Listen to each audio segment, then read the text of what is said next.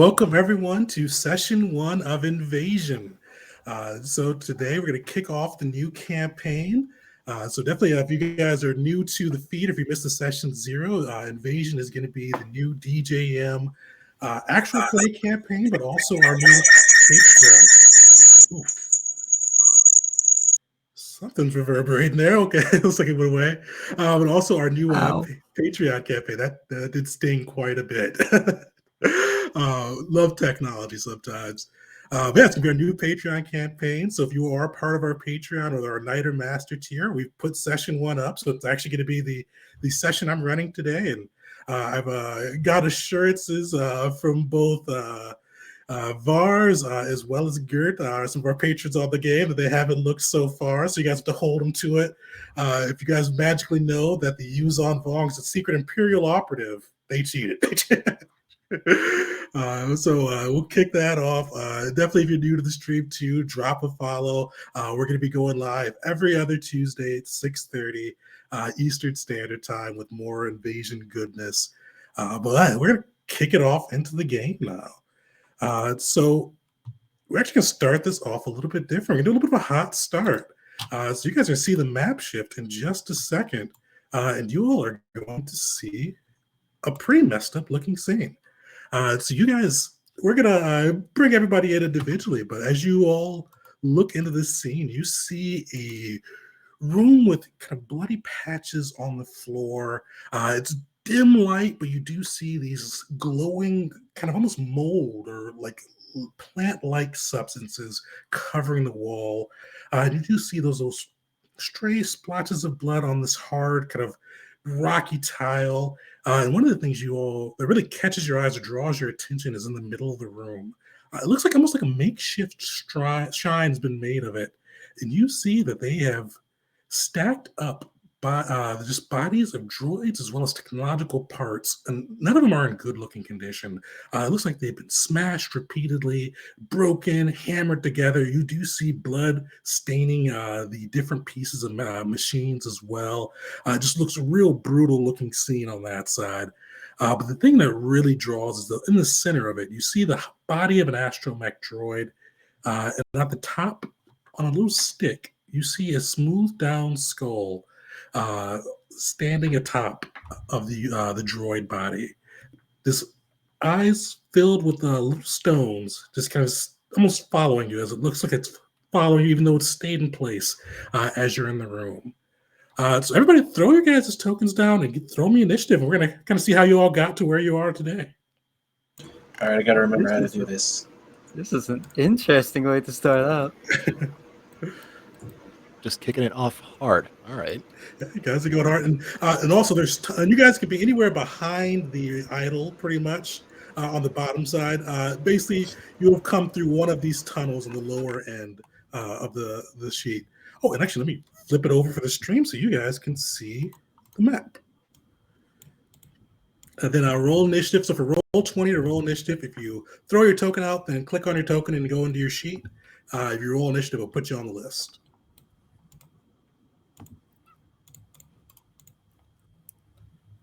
So are we just waking up to this, or? Oh, no, you guys, you've all come from one of the tunnels. And we'll basically kind of see how you all got there so far. I see. First 91. First nat one of the game. Oh, you got it out of the way. I think I forgot to mention this during my session zero. This is a homebrew rule I've come up with since a player had the worst first session I've ever seen. But if you... is it 7? Burger, is it 7 or 8 nat ones in a row? It was 7 nat ones in a row. Not in a row, but overall, I think. Oh, not in a row, yeah. So she got 7 nat ones. And I started feeling bad, so I started giving her advantage on certain things just to help out. And there's a couple nat ones that didn't play to their advantage. But it was like the worst first session I've seen. So for my new games after that, I've got a homebrew rule. If you get 8 nat ones at play, so like it can't be something you had advantage and the nat one didn't play, in one session, the whole crew gets a feat. So it hasn't happened again yet, but in case it does, 8 in a row, or not 8 in the session, I should say, the whole crew gets just a free feat due to your poor luck. All right, come on, Talis. Just keep rolling those dice It's wrong. there, but, Keep going. We started strong, buddy. We'll get durable. We'll get durable. We'll survive this. I need to. I got this. Let me hook you guys up. Perfect. So we're going to focus on how Gert got there. Am I pronouncing that right? Is it Gert? Sorry, I was muted. Gert. Gert? Okay, Yeah, yeah, makes sense. I didn't want to go Gert because it was like Gert and Ernie, and yeah, Gert. Well, we're going to focus on Gert. So you guys, Gert kind of starts his day. He's on the streets of Velia. You see the city kind of around you. And this is a city that's pretty war-torn at the moment. Right now, you're in Velia City, and you are on kind of a public territory so far. Part of the city, most of the city is in the Republic jurisdiction, but the Dominion does hold sway over the eastern end. And you see just a bit of chaos. Shops are boarded up. There are blaster and scorch marks all over the city. Areas too that look like they've kind of been part of a recent artillery strikes with blown up buildings. Just a real chaotic scene. But one of the things that catches your eye is just repeated flyers, and even a guy that's kind of approaching you now holding one of those flyers, advocating for people to get on the new refugee convoy. And this guy that's approaching you looks like an older human. You'd guess early 60s, late 50s maybe. He's got old gray hair, looks to be in decent shape, but he's kind of coming up at you, and he's got his flyers, and he's kind of making a beeline towards you, just really locking eyes on you. Well, thinking to himself, like, yeah, there's probably not getting around these people. They always get you with their damn flyers. I make eye contact and look at him. Just, what are you selling? You see him waving the flyer around. It goes, my friend, you must get on the refugee convoy. Velia is no place anymore for people who just want to be left alone. The Republic, the damn Dominion, and Zerka, worst of all, they made it unlivable. They've taken over our home and are squabbling over the remains. We're launching a refugee convoy. You keep seeing him wave his flyer. Like he's put it uncomfortably close to your face. He goes, yeah, if you get on, you can go someplace new and start a whole new life, hopefully avoiding all of these craziness. But you got to get on. You're going to wind up dead if you stay on this planet. Well, I'll take the flyer. Like, well, how the hell do I know that I don't end up dead going on your little convoy here? You see him kind of pause, and he goes, well, it's the best chance you got. You gotta trust me. Trust me. Trust my own instincts, which have been honed after several years dealing with very, very rough situations just like the one before us, or a complete stranger who looks deranged and is waving a packet of flyers aboard his little friendly convoy. Do I have till the end of the day to make a decision? He goes, if you're going to be like that about it, he kind of takes his flyer, puts it back in the stack. He goes, you know what? Fine. You stay here. Hope a Dominion shell catches you. I'm getting on that ship. Oh, hey. Come on. You run up to a guy, you just start waving crap in his face, and you expect him to just trust you out of nowhere, would you? I'm trying to save your life, buddy. You don't know. I appreciate that, but I don't know you. I'm Cole Eason. I used to own a Starfleet ship yard, and I've donated a couple of my ships to the efforts too. But we just gotta get out of here. The ships I donated were the only ones I had left. The Republic came in and said, "We need your ships," and they took them all. And just except for a couple that I had to, put them in a special place until I needed them, if you know what I mean. Oh, okay. I got you. All right. Give me one of your flyers. I'll think it over. Fair enough. Hands it over to you. It goes, we're leaving in about 5 hours. So hop on board. There'll be space. And we're going to just go to a new place. Any particular destination in mind or just not here? We're looking somewhere in the unknown regions. We're hoping to find a new planet to settle. We don't want to go to the Republic. We certainly don't want to go to the Dominion. We just want to find our own place. All right. I can respect that. Well, I'm waiting on a friend. But if he doesn't show, maybe I'll take you up on that. see him hand that flyer over, and he walks away. So you see a pair of Rhodians as he kind of stalks up to him and does the same spiel and waving the flyer in their face. And as you kind of go through, you realize you haven't checked your stash yet today, or you've checked your drop point yet today to see if you got any new information. Well,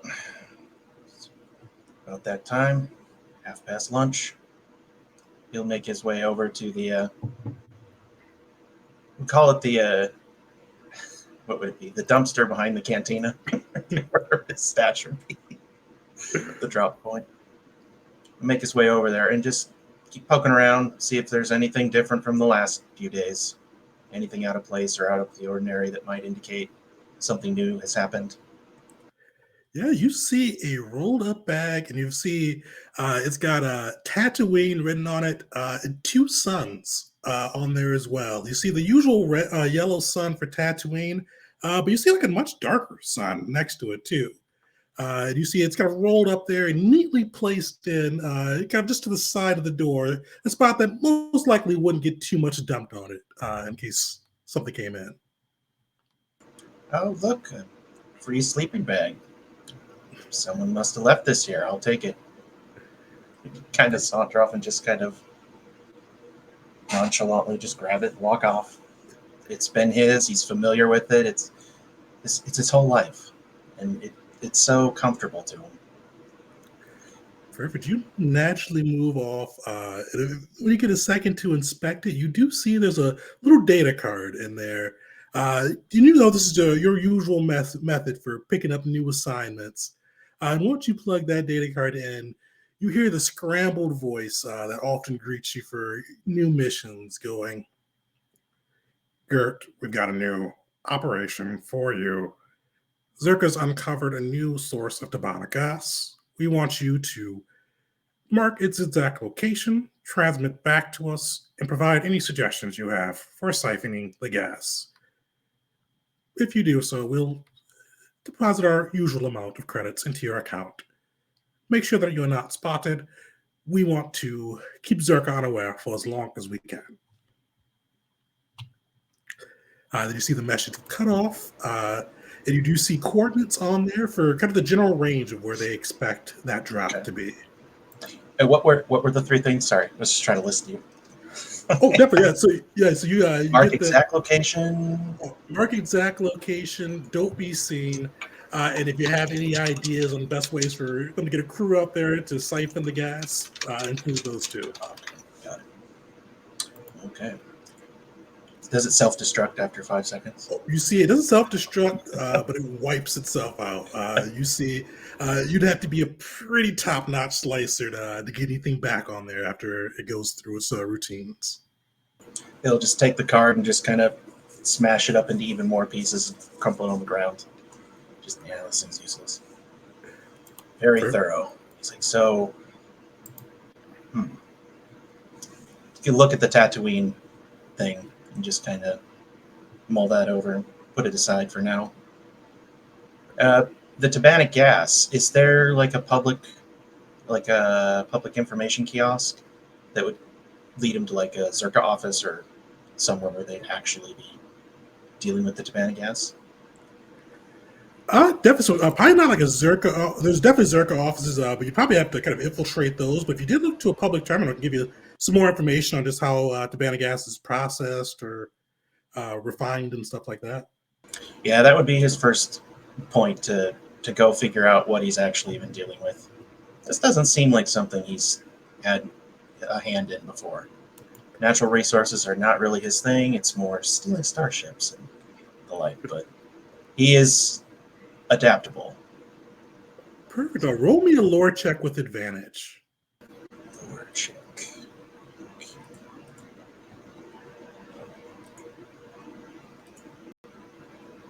Nice. Advantage helped out there. All right.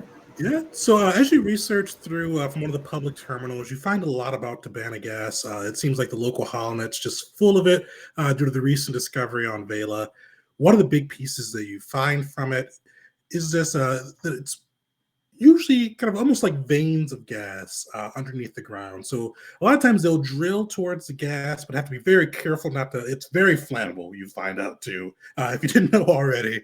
But they usually drill down until they get to an area where the gas is located. They connect hoses to it and just rapidly pump it out. And that pumping can usually, depending on how rich a vein they strike, it can take weeks, or it can take days, weeks, or even months if they find a pretty rich vein.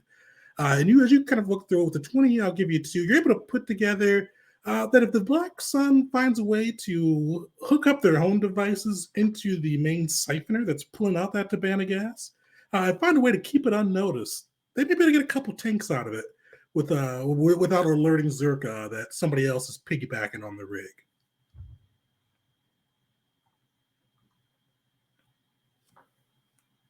Oh, sorry, I muted. You can just kind of like look that over and okay. I suppose I better go figure out where these new veins are being found. And I suppose that stuff's very closely, would we know that's very closely guarded trade secret type stuff? Oh, definitely. So, because Black Sun wasn't able to give you an exact location, but you know that Zerka keeps everything real tight-lipped about what they found, especially if they found a mound too that the Republic and Dominion haven't set up shop on too. They have the overall mining rights, but if they can mine it and control it themselves, they get a little bit extra pay for it. So you know that if they found a new spot and neither one of their allies has been notified yet, they'd keep that real tight-lipped. Out of these, I was given these coordinates by my drop, right? That's right. And those were the possible location of the vein, and then they Kind of want a more like the minutes and the seconds on the GPS kind of thing, much more specific. Oh yeah, they kind of want a pin drop on it. Okay. Yeah. So I guess I'll go on that same public terminal, the public map. Where would that be? Like, where do those coordinates take you? Definitely. So you see, it's actually fairly close. If you popped a speeder or even took some walking, speeder, it'd take you about an hour to get there. If you walked, it would take you about 3 to get to this little cave system a couple hours outside of town. There look like there are any unattended speeders laying about that no one would see me try to jump on. Give me a perception check. Okay. Oh, this isn't. You guys are not a very perceptive crew. -1 wisdom, baby. But I am. Sorry. I had 18 is still good though. You look around. You do see a couple speeders in the area. With that 18 too, you notice that one looks like it's unattended, but there is a kind of a pretty rough looking Trandoshan not too far from it. But you do see one across the street. It looks a little bit older. But it is completely unattended. Nobody's standing around it. Now, to refresh my memory, is that a slicer's kit or a security kit? This one, we'll do a security kit for this one. Security kit, perfect, because I don't have a slicer's kit. So you're looking around and just kind of walk over to it, like with purpose, like it's his vehicle, it's familiarity. If anybody were looking, he doesn't look shady. He's just an old Kamasi, just walking. And as he'll fake stumble over the what'd you call that? The seat. Just oh no, I stumbled a bit, and he'll just try to just jimmy. I'll give you a choice of deception or stealth for this one. Oh, which one? I think they're both probably the same. Let's go deception. There we go. Nice. You see some people passing by, kind of look at you for a second, but then you see them just kind of shake their head and think you're clumsy Kamasi trying to get into a speeder. Just, I've had a few too many, trouble with the keys. Get on, just kind of make his way, gets himself situated before taking off, and do one last look around and make sure no one really paid attention to what happened. But he's confident no one saw. You are able to, no check necessary even to get that going. It's a pretty base model that you've worked with before, but you are able to get it going and get driving off. And as you go slowly, look and see if anybody notices you. You see the world is going about their business. Nobody's really taking too much notice of you. You kind of see too as you're walking or driving past. It looks like everybody that has businesses outside of that Trandoshan who looks like he can just take care of himself. Everybody else that has businesses really going quickly from wherever they are. It looks like they're kind of huddled and moving fast from point to point. And this definitely looks like out of the ordinary from what we've seen the past week, like what's normally expected for this place. Not the huddle, because they've been doing that since the war. Okay. Excuse me, it's going on. Just due to the Republican Dominion controlling the same city, they often shell each other, and if you're not paying attention, blaster fire can start, shells can drop. People are trying to be outside as little as they can. Outside of the overzealous flyer guy. But you are able to make your way outside of the city, and eventually you do come to a kind of a mountainous looking region. About an hour later, and you do see kind of a little network of tunnels that indicate kind of near where their point, the data point was for the pin drop. Does any one of them look a little more recently used than the others, like footprints or fresh trails of dust, or like there's tracks for moving something, equipment in and that? For sure, give me a survival check. Okay. Sorts of checks. Oh, that one. Yeah. Nice. All right, rolling hot today. So as you take a look, Yeah, wait for those nat ones to come in. It's just, you take a look. You do see one of the tunnels looks heavy tracks, and you also notice a few blaster burns, as well as a bit of blood scattered around the entrance.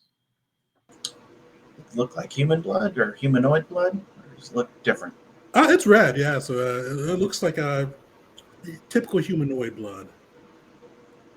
And it looks fresh, you said? It looks a couple days old. A couple days old. Well, he'll cautiously make his way down there and just kind of stick to the shadows where he can. Listen for the sounds of activity of some kind, and if he senses it or sees it, just immediately stop and take stock. You have a pretty uneventful trip through your tunnel until eventually you come out of this right passage over here, and you do see the scene ahead of you. And you look left, and you see Kazar. Kazar. So we're gonna flip over to the Caesar. Caesar. Yeah, I keep wanting to say Kazar. We had a whole conversation about it last time. Caesar.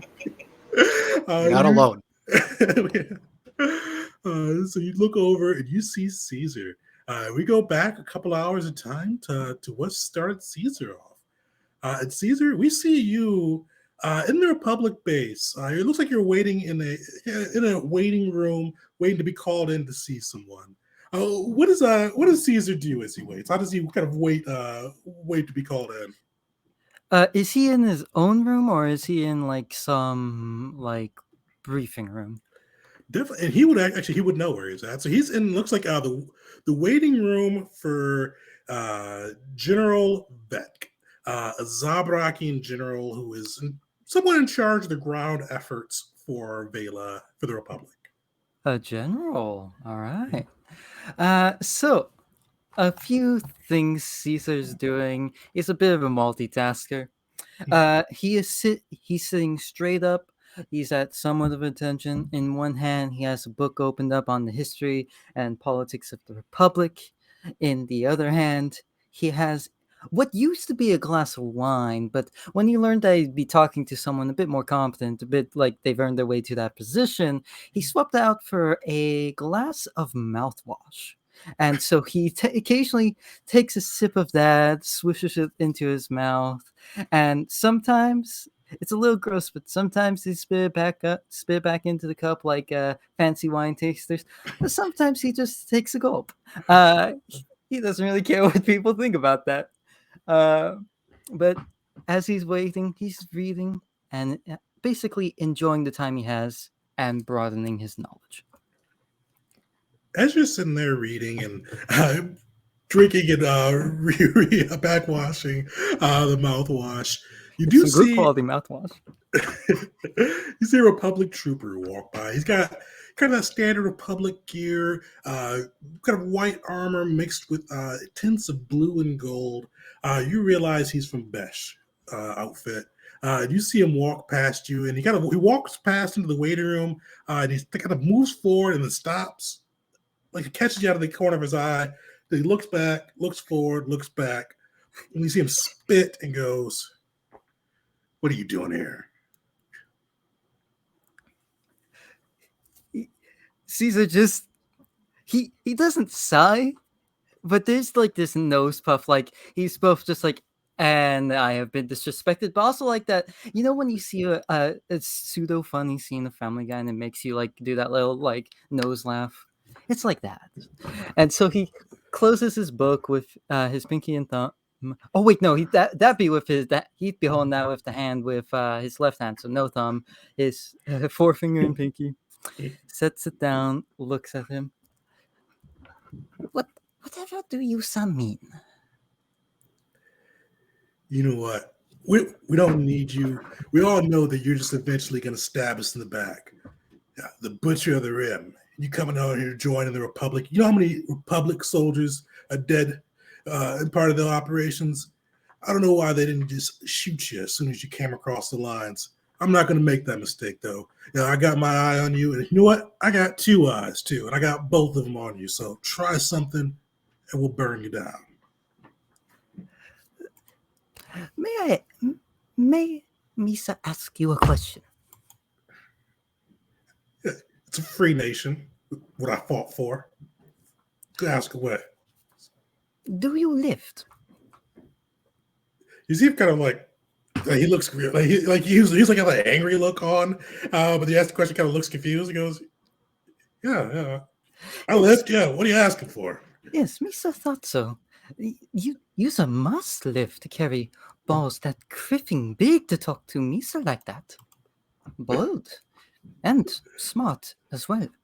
You keeping your eyes on me. That's a good idea. Misa Bombad, the minion soldier who has, as you said, been the butcher of the rim. Well, I don't really need to speak on and on about my accomplishments. They have spoken for themselves. So tell me, who are you? Because I don't know you, which is rather strange. I usually know the people who I've, commanded over. It could be possible you're one who I've ruined the life of, possibly killed a brother, a commander. Go on, tell me. Roll me an intimidate. Oh, go ahead. Yeah, sorry. How has Caesar affected your life? Roll me an intimidation check. Actually, I'll give you an advantage on that one too. I also have threatening, so could it be that if it goes off, he'd be frightened? Yeah, sure.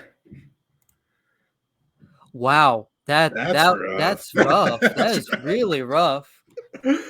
Yeah, you see him spit again. He goes, "Yeah, my name's Bo Oddish. You know what? I'm not worried about you. You know, you Dominion types aren't too tough when you don't have your Sith backing you up.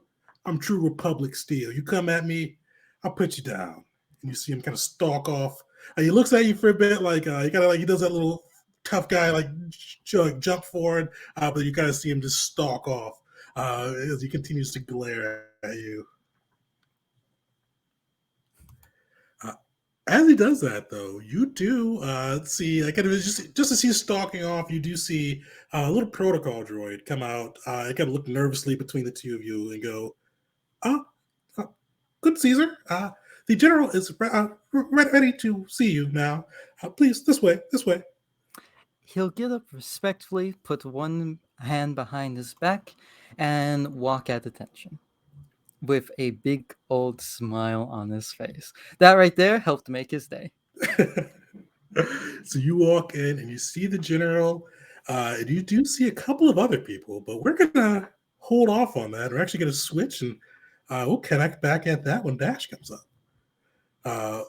But Vars, you are in a completely different situation right now. You are aboard a starship. You got your Mandalorian comrades around you. But you guys are in a bit of the shit of it right now. You look in, you're kind of looking around. You see that you are above the planet Vela. You're kind of making your way hot towards it. But you do see it looks like a pair of squadron of Dominion fighters have begun to chase the ship. You looks like you kind of you expected it, but didn't expect them to come so vigorously.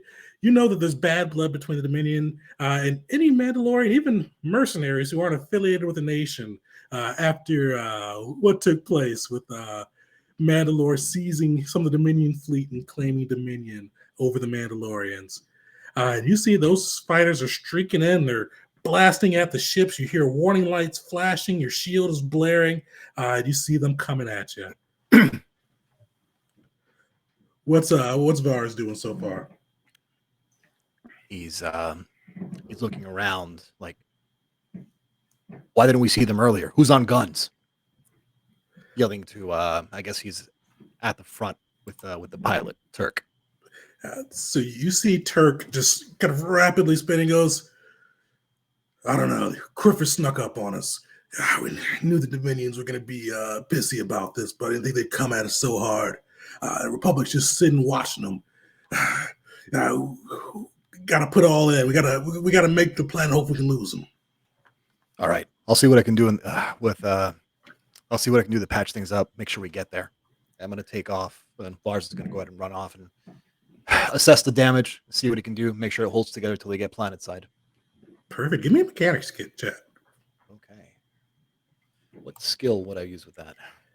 So that one, generally intelligence, unless you can make an argument for another skill. Okay. This time.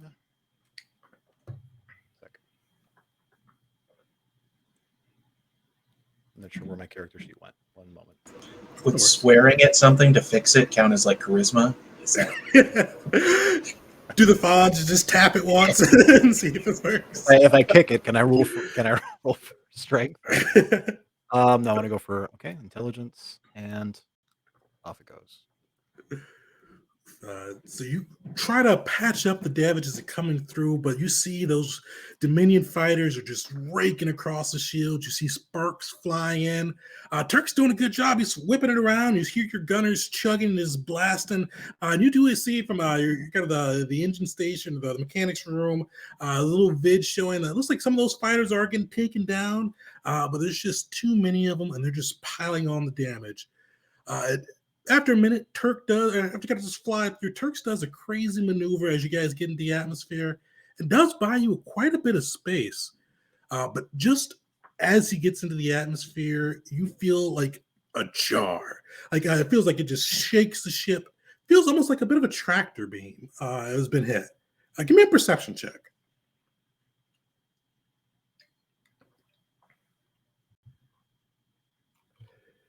Nice. So as you look through it, as you kind of feel it, and you look through at your vid screen showing the outlook of the fighters around you, and you feel that jerk.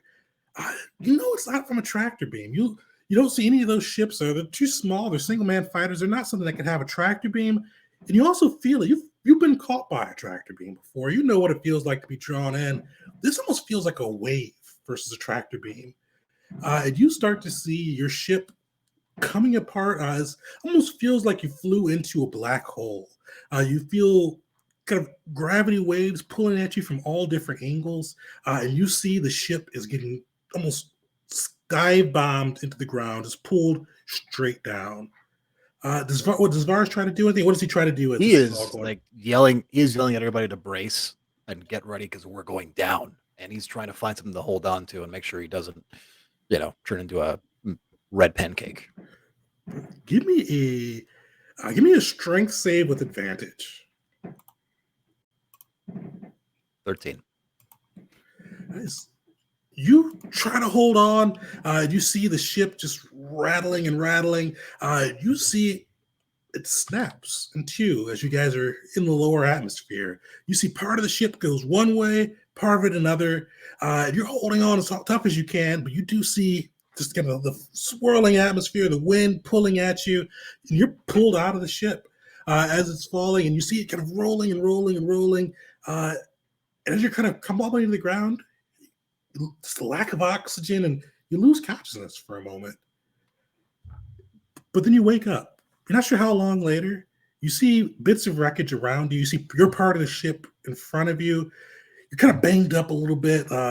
Not seriously hurt. Fortunately, your Mandalorian armor and just a bit of the sturdiness of the ship protected you enough that you're not seriously hurt. Outside your head swimming and just overall just grogginess from being woken up from knocked unconsciousness. But you do see that part of the ship's there, and you see off in the distance a bit of a smoking wreck where you may guess that the other part of the ship was. Okay. After taking a moment to just take in what happened, because didn't think it was going to get this interesting this quickly, Vars is going to take a moment to try and take a look around, see what caused this. Is there anything in view that can explain what just happened? Give me investigation or perception, your choice. Perception. Yep. All right. So you look around, you don't see anything that could cause it, but as you're kind of looking around the area, you do see kind of the bits. It looks like it's almost like kind of the lower part of the ship, where some of the cargo hold, the kind of the engines and stuff. You see a lot of that strewn about. But as you look around, you don't see any bodies so far, at least from this area. Okay. So you don't see any of your friends, or you don't even see outside of kind of the area around. You don't see even any blood or anything like that may indicate. I'm gonna, well, after taking that in, Vars is gonna look in the distance, start walking towards the other ship, and try to. How far does it look? It looks about a mile, so not super far. Okay. A little bit of distance though. He's gonna start getting there as quickly as he can. Perfect. You move through, and as you're kind of moving through, you're able to check your chronometer. It looks like you've been out for probably about an hour or so. So it looks like it had a little bit of time to settle after you crash landed to the ground. But you do eventually make your way to the ship, and this looks like it has like a lot of the bridge sections. You see a bent out turret from the ship where some of the other crew members were manning it. But you just see. No perception check necessary as you get there. You see this ship, it looks rough. It's broken half, it crashed landed to the ground. You see parts strewn all about. And this looks like it makes sense to you. But give me an investigation check as you kind of see some of this damage coming through.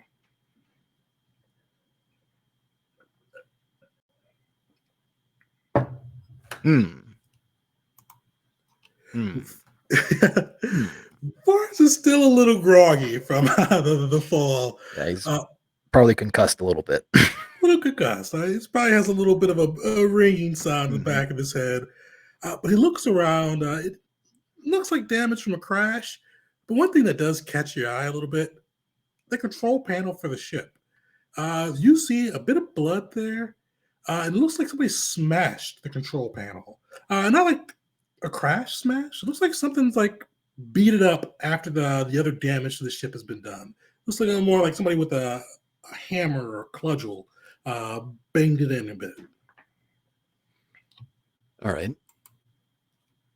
I know that it's a wreckage, but are there any other control control modules or anything that he can take a look at and see if there's any sort of information stored there? Or the electronics of the ship look like they are beat to hell, but if he does want to kind of look around to see if there's any other clues he can find, he can do so. Definitely. Perfect. I'll leave your choice of survival or investigation. I will hit survival. And that's a nasty concussion. That concussion is really getting to him. It takes him a while, probably about a good 20 minutes of scouring around the ship. And as he scours around the ship, he doesn't see any bodies. But he eventually does, after kind of looking for quite a bit of time.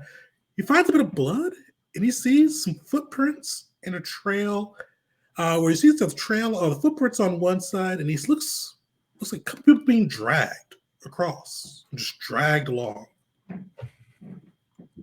Well, that spells nothing but trouble for everybody else. He's going to just sigh inwardly and resign himself that this is not going to be a good day and start following the trail. Perfect. You make your way along the trail and just able to make kind of proceed forward. And it's probably about 6 miles. It takes you a couple hours, but eventually you do reach a cave network. You see tunnels ahead of you. You see that trail goes through kind of the centermost tunnel. Well, blaster rifle drawn, flashlight on. He makes his way inside. Perfect. And you go through, and you see these tunnels that some of them look like they were hewn out by Zerka prospectors, but some have a little bit more of a natural look as they were carved through. It looks like some look like they almost look like they were dug out by a creature. And the one that you're going through looks like it was dug out by a creature, surprisingly. You see claw marks and just uneven. Not like you would usually with Zerka, they use droids or laser cutters, and it looks precise, even. These look a little bit more organic, a little bit sloppier cuts and pieces that have brought it through. Okay. Well, noticing this, Vars is going to lift up his helmet a bit and take a good whiff. See what the air smells like. Give me a perception or survival for this one, too. Survival. You take a sniff, lifting up your helmet on that side, and you smell a couple of conflicting things. You smell what's kind of the burnt ozone of electronics being like burned or smashed or electrified, just kind of that just real ozony smell and coppery smell. And you also smell just the irony tang of dried blood ahead of you. Okay. He's going to try moving forward, covering the flashlight on his a rifle as much as he can, and sneak forward carefully. Perfect. Give me a stealth check as you come in. You move through, and you don't notice anything as you're kind of going through this winding tunnel. Nothing seems to take notice of you until you come to the exit of this tunnel, and you see that shrine of broken droid parts and a skull. And you look to your right, and you see Gert, and you look to your left, and you see Dash and Kazar.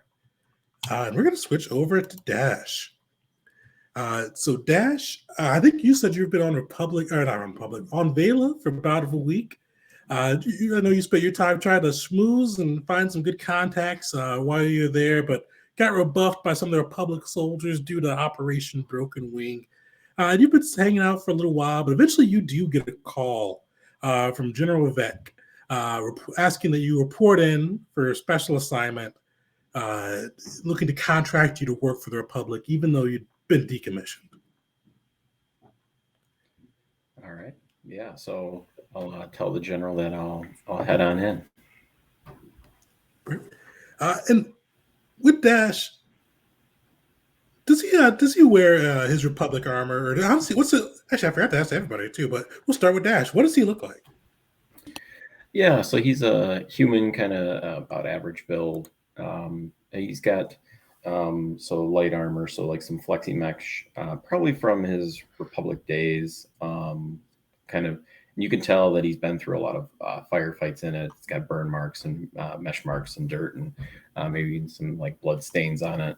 And then over top of that, he just kind of wears like almost like a trench coat. And so on his side, he's got strapped over his shoulder, he's got his chain gun.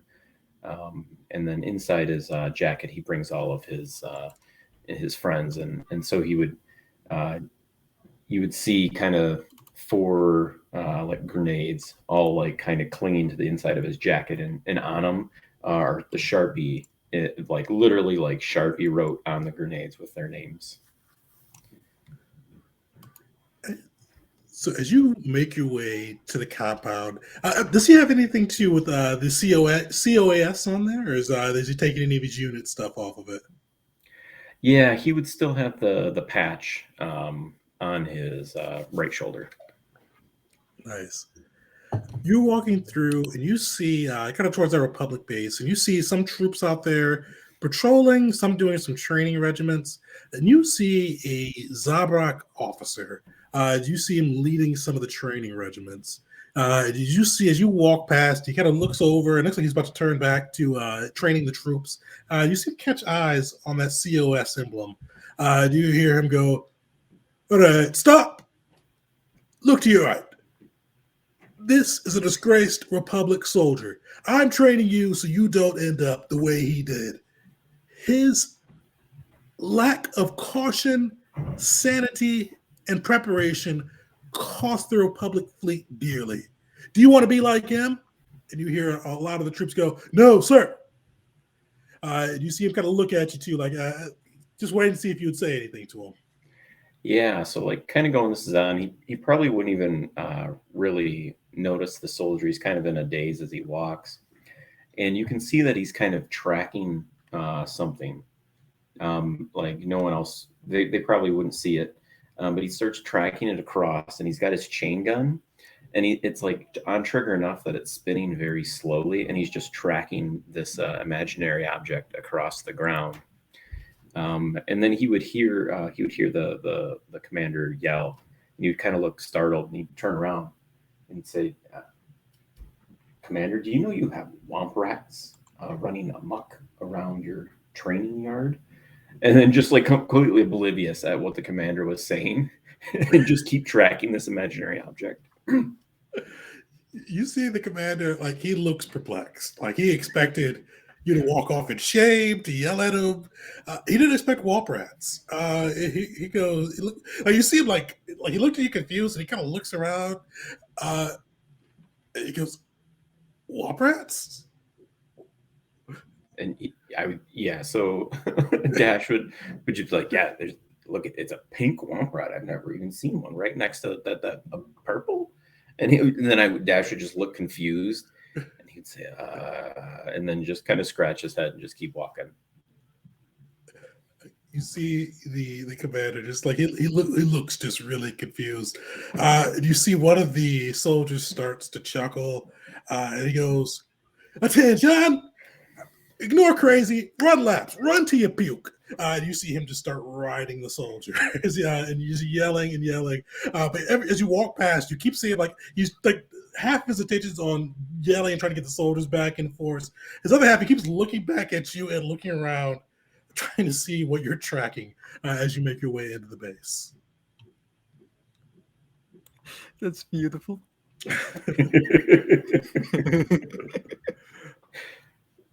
But eventually you do make your way in. You're escorted by that same protocol droid. This protocol droid, it looked like it took Caesar right in. With you, it looks and sees you tracking something it can't see and goes, sir, could you holster your chain gun or put it up at ease?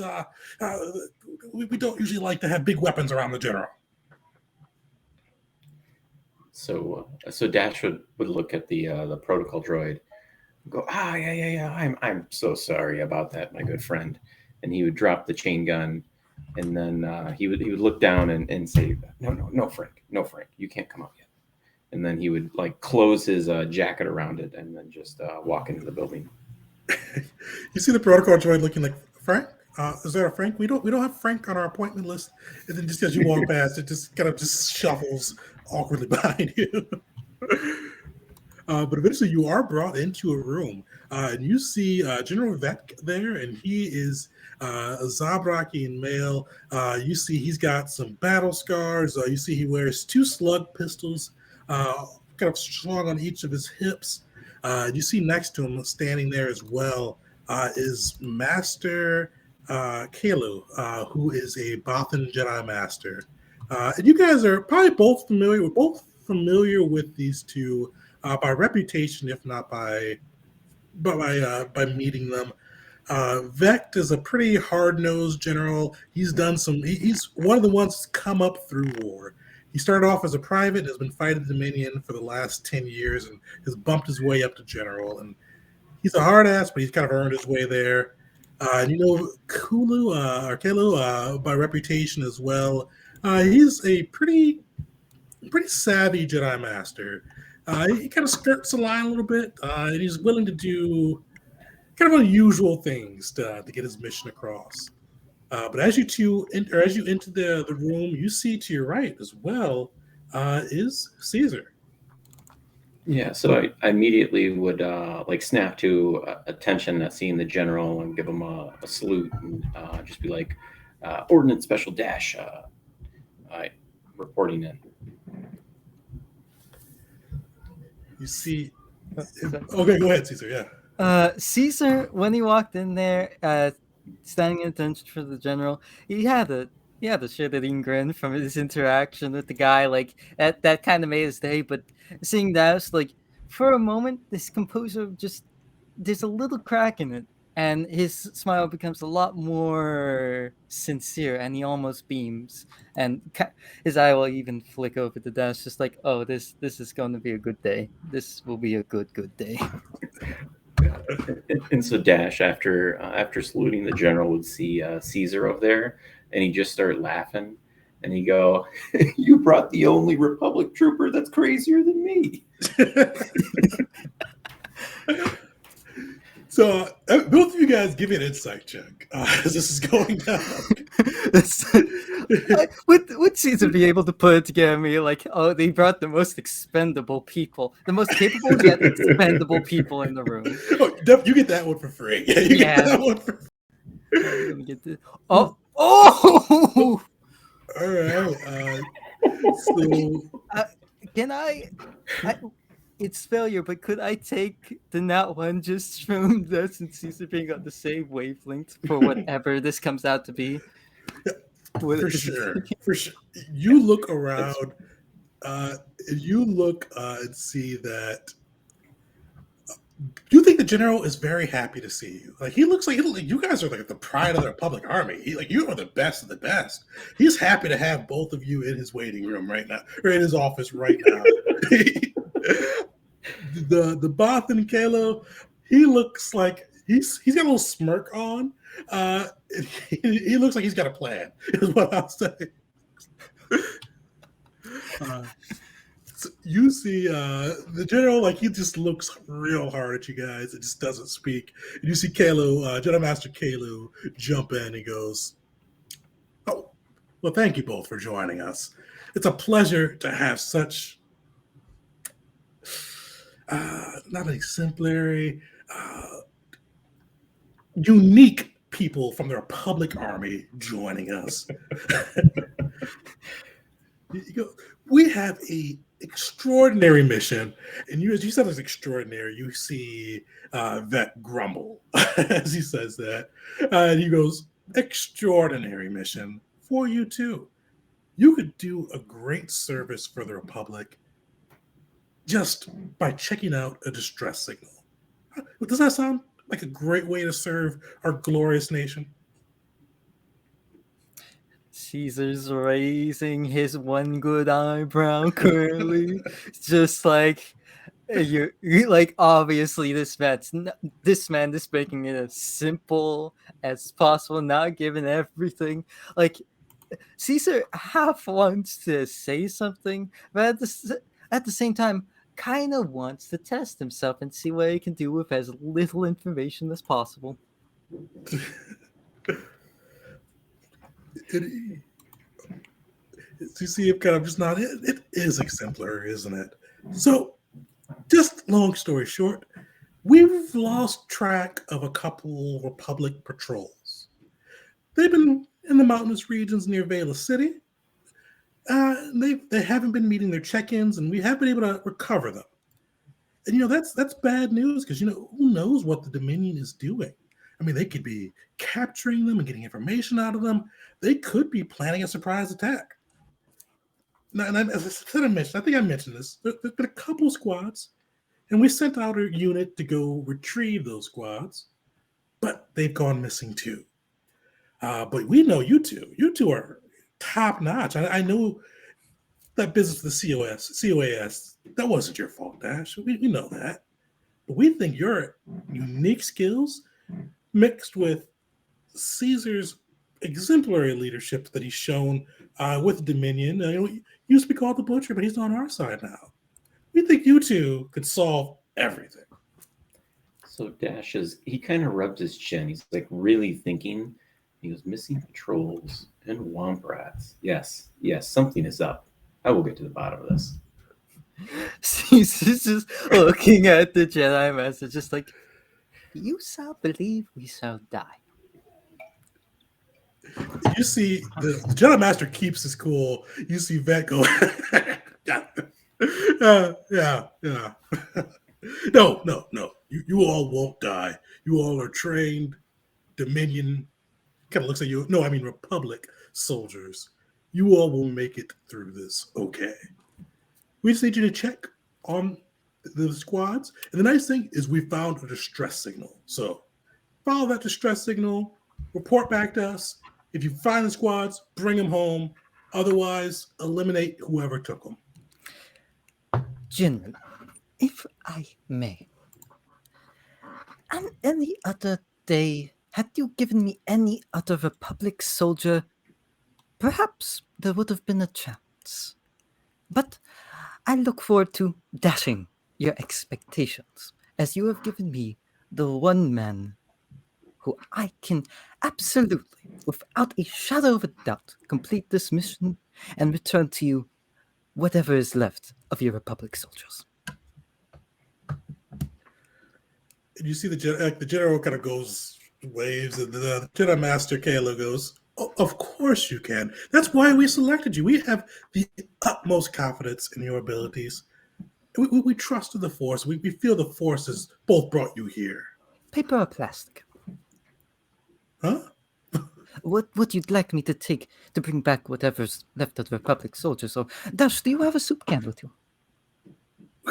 Do you still have anything to Tupperware?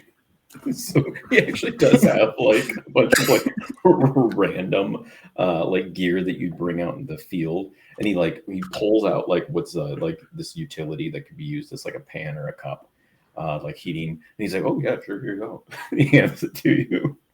If it was the Dominion, that would be more than enough.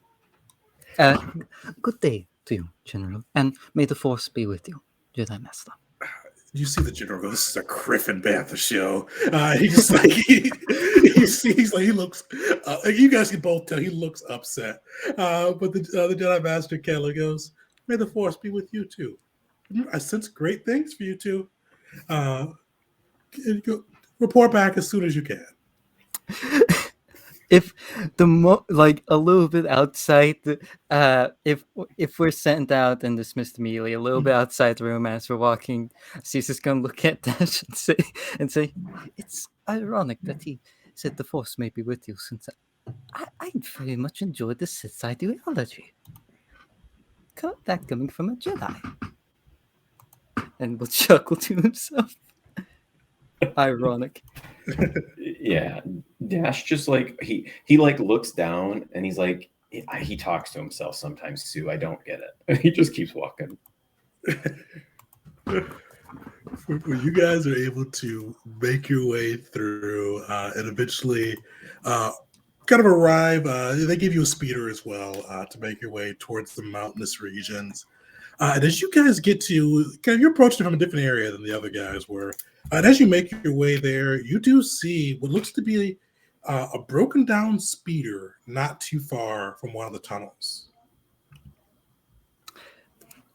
Does it look civilian or Dominion?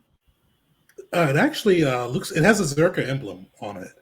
And as you look it over to, this, it looks like it crashed to start. So it looks like you see it's bent speeder stuff. I'm blanking on a term for it right now. And you see it looks like it had a crash, but then it looks like somebody just beat the hell out of it. You see it is it looked like it crashed. Probably somebody could have fixed it up after it crashed, but then somebody took something heavy and just smashed it.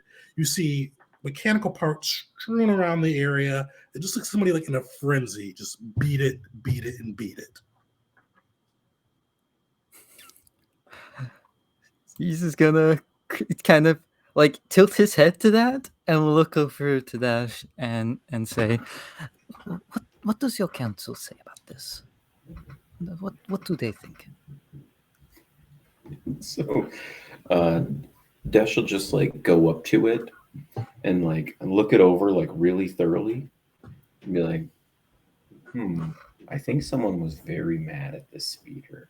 In all seriousness. Caesar will give a nod and just look at the speeder they came in on, look at the speed up speeder, and we'll look to Dash and just say, I believe you, before we head inside, should rig our speeder to explode in case whoever is in there tries to take ours to escape our wrath. You can see Dash's face just like lights up. He's like, "Oh, I can do that." And he just like goes, and he's gonna try to find a way to rig up maybe the remaining fuel to like blow. Give me a demolitions check. Right.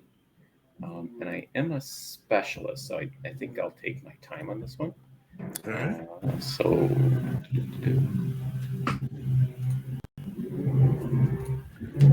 Yeah. All right. So 18. Dash, super competent. He knows how to make things explode. You are able to mess with the fuel line. If somebody looks at this too hard, it may explode.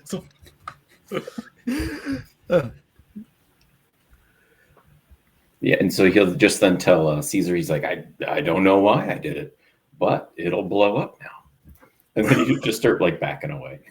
Yeah. Caesar just kind of gives it a nod, gives Dash a nod, and just gives another smile. You, sir, are a credit to the Republic. You would have no idea how many soldiers Misa have come across that would question those orders. But not only have you done so, you have done so with great expertise, and I can tell, even joy and excitement. Misa, like you, Dash. As he'll start heading into the cave. So he's just like beaming with pride. He just follows. Perfect. You guys make your way through the caves. You do kind of smell that irony blood and see just kind of ozone smell as you guys go through as well. And eventually you do make your way into this chamber where you see the shrine of the droid parts and the skull on top of it. And you guys look to your right and you see both Gert as well as Vars. Then you guys look behind you and you see coming from your tunnel as well, Talis. And we're going to flip back to Talis. So Talis, you probably start your day in the Zerka laboratories.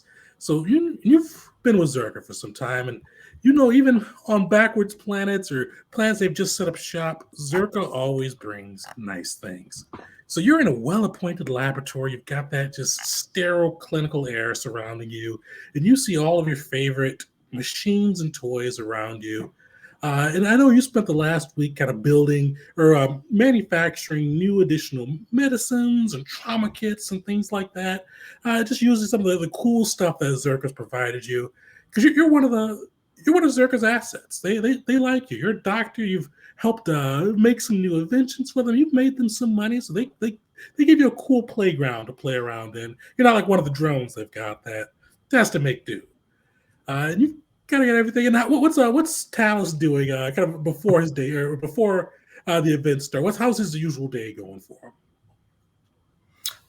Well, I mean, Talis would be sitting at his workstation as normal, kind of surrounded by multiple monitors, getting up periodically to just check. And by periodically, probably like every 5 minutes. He's borderline workaholic, very involved in his work and making sure that it's very precise and that everything is keeping to its timetables and according to the plan. He looks very disheveled, kind of like he hasn't slept in days almost. On the desk or the workstation that he's sitting at, he would have a small book of biochem and its major applications on biology and more, kind of sitting open with a couple of scrabbled notes that probably only he could decipher, and a couple stains of like a dark brown on its pages that are open there. And most likely drinking like his fourth or sixth cup of Java while he's watching the holo screens, and mostly focused right now on a new Tabana gas pocket that was just discovered, and he would also pull up a couple screens showing all the current ongoing mining operations that are going across the planet, or at least in that area, kind of reviewing their status. You kind of mentioned earlier, who was it? Either with Caesar or Gert, I think, when they were going around about artillery that would sometimes come inbound. Oh, definitely. There's artillery around kind of the main Velia city. Nice thing with Zerka, though, you guys don't have to worry about artillery. That's what I was about to ask. Yeah, Zerka's got deals with Dominion, and if they actually ever damage Zerka property or Zerka personnel, there's a fee to pay. And both the Dominion and the Republic are forced to pay it. So usually Zerka assets don't get damaged. And you've been there for a while, and you know that their fee kind of varies in how important Zerka finds you. So they find their equipment to be very valuable. You're a doctor and their employee, so you're valuable as well.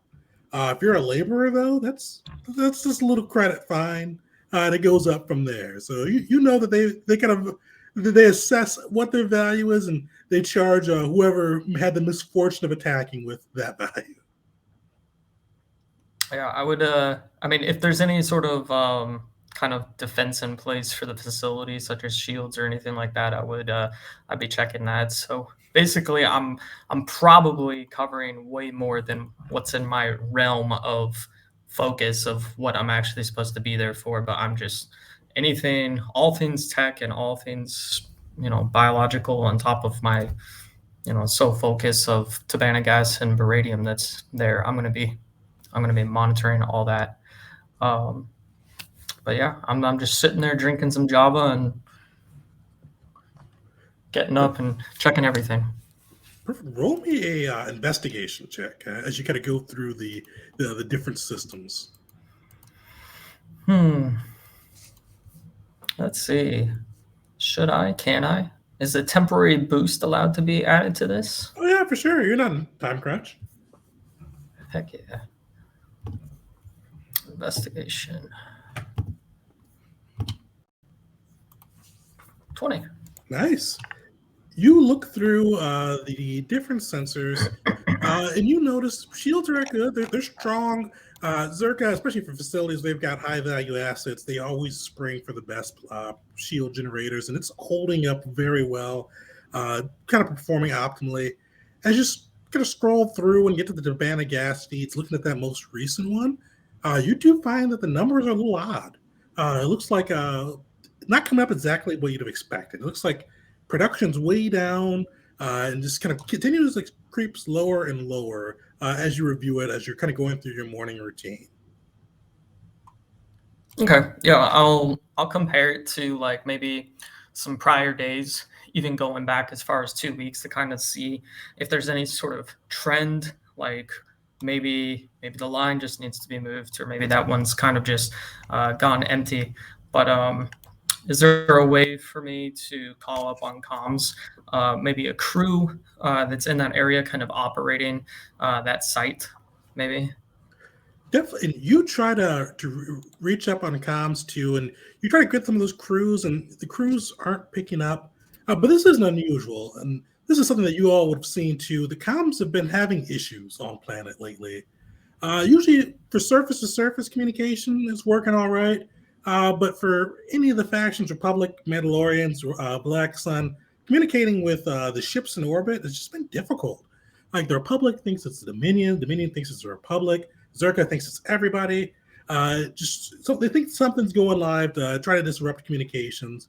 You can't reach those ground teams. You're not sure if it's unusual, if you should be worried, or if that's just the usual haywire going on. But as you're kind of looking through that too, you do kind of hear the clip of shoes on the metal. It's got a hardback shoes, just a real steady clip, clip, clip.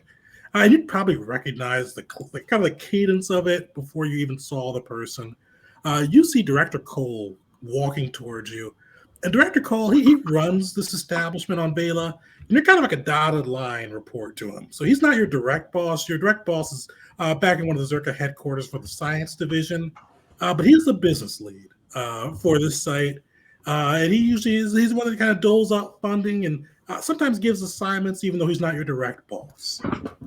He's a real penny puncher, definitely real corporate speak kind of guy. And you see him just clipping up towards you. As he's approaching, I'll just kind of pay him no mind. I'm still kind of focused on the fact that one of my sites that I oversee is going down, and I can't reach them to get any answers. Then, of course, internally, I'm kind of like, why do I even put in work orders to get these comms issues fixed? I should just do it myself. And knowing who it is, I'll just kind of nonchalantly just staring at a monitor, give them a look, and then kind of look back. Director Cole, can I help you? All right, you see him kind of approach your desk, and you kind of see him do that awkward lean against your desk and go, hey, buddy. Yeah, how was your weekend? Good weekend? We can skip the small talk. Is there something that you need? I'm really busy, as you can see. You see kind of his face falls, goes, that's what I like about you, but you're always working. We know you're working in the lab over the weekend too, and you made a lot of cool new medical stuff, and that's your business, and you did all that stuff and using some Zerka supplies, and we're cool with that. We do have a little bit of work for you though. We got a new mine going, but it's just really, profits are plummeting from it, returns are plummeting. And we need you to go out there and synergize. We need you to get out there, kind of find that root cause, workshop it, and fix it. So, because, profits are just lowering. And, if our profits lower, we can't let you do fun things with our labs anymore. We're going to be sticklers. And, I don't like to be a stickler, but we have to be if we start seeing profits lower. You know what I mean, buddy? You can stop there. I'll go. And he's just kind of thinking about the still ongoing comms issue as he kind of like tries to pick them up again. And there's what's the word? Not hell, but like ping them. And there's still no answer. He's just kind of almost ignoring the director at this point, and is just like, I'll go. Give me the location. You see, I'll send it to your workstation, buddy. Yeah, that's what I like about you. Real team player, real go-getter spirit. Yeah, you can go far in Zerka. So you get out there, you fix that, run that up to me. I'll run up the flagpole too. And yeah, I'll make sure you put some recognition points in there for you too, buddy, right? All right. Yeah, you have some fun this next weekend too. You can't be in the lab all day. All right, see you later. You see him just going to clip back off on his thing. Yeah, that was enough of that was his fill of social interaction for the week right there. So he's pretty much done. But yeah, he'll kind of stand up from his station and just and then try to go through like all the various like cups that's, there's a heap of just Java cups on his desk, looking for one that actually has like a little bit, maybe find one that has, a small amount in it, and just kind of finish it off. And then he'll grab his bag. That basically it'll be his biochem bag that he has. It'll be kind of a modified looking backpack that kind of carries like all of his other gear, but also is basically a walking laboratory that he has a bunch of stuff just kind of hanging down from it. And I'll look down. He's going outside, so we'll check and make sure that he has the sunshades that he kind of wears. They've kind of got thick sides and lenses that are blacked and mirrored. He'll make sure that he has everything, and then he'll also kind of lock his computer and or station, and then he'll start headed towards the site. Perfect.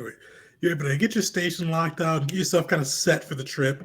And Zerka definitely provides you access to your ship as well. So you go to your little Zerka hangar and you see the Nova Kana sitting in the hangar. How does that Nova Kana look? How does that ship appear? Well, it's definitely a ship of my own design. It's very, very sleek, very pointed. It has definitely for anybody that's knowledgeable about ships, which he's not necessarily knowledgeable about ships in the as far as like building them, but he definitely had a hand in a lot of the uh, modules and the things that were put into it. And it's definitely still a work in progress. A ship after his own heart, very point, very blunt in a way, and serves its specific purpose. But it's very dark, kind of like a dark steel, and very smooth exterior. Perfect. Were you able to reach your ship? And they do provide you with the coordinates to those mines to see if you can find out what's going on there. And you see a little hangar droid in there going, "Are you preparing to leave, Master Talis?" I am. Is everything in order with the ship? How's Jarvis doing today? Jarvis is doing particularly well today. We ran the ship through a technical diagnostic. All systems are good to go. We've topped off your fuel. The director told us that you should be back today, and we will run a diagnostic on your return, but all systems are A-OK. Fantastic. I'll leave immediately.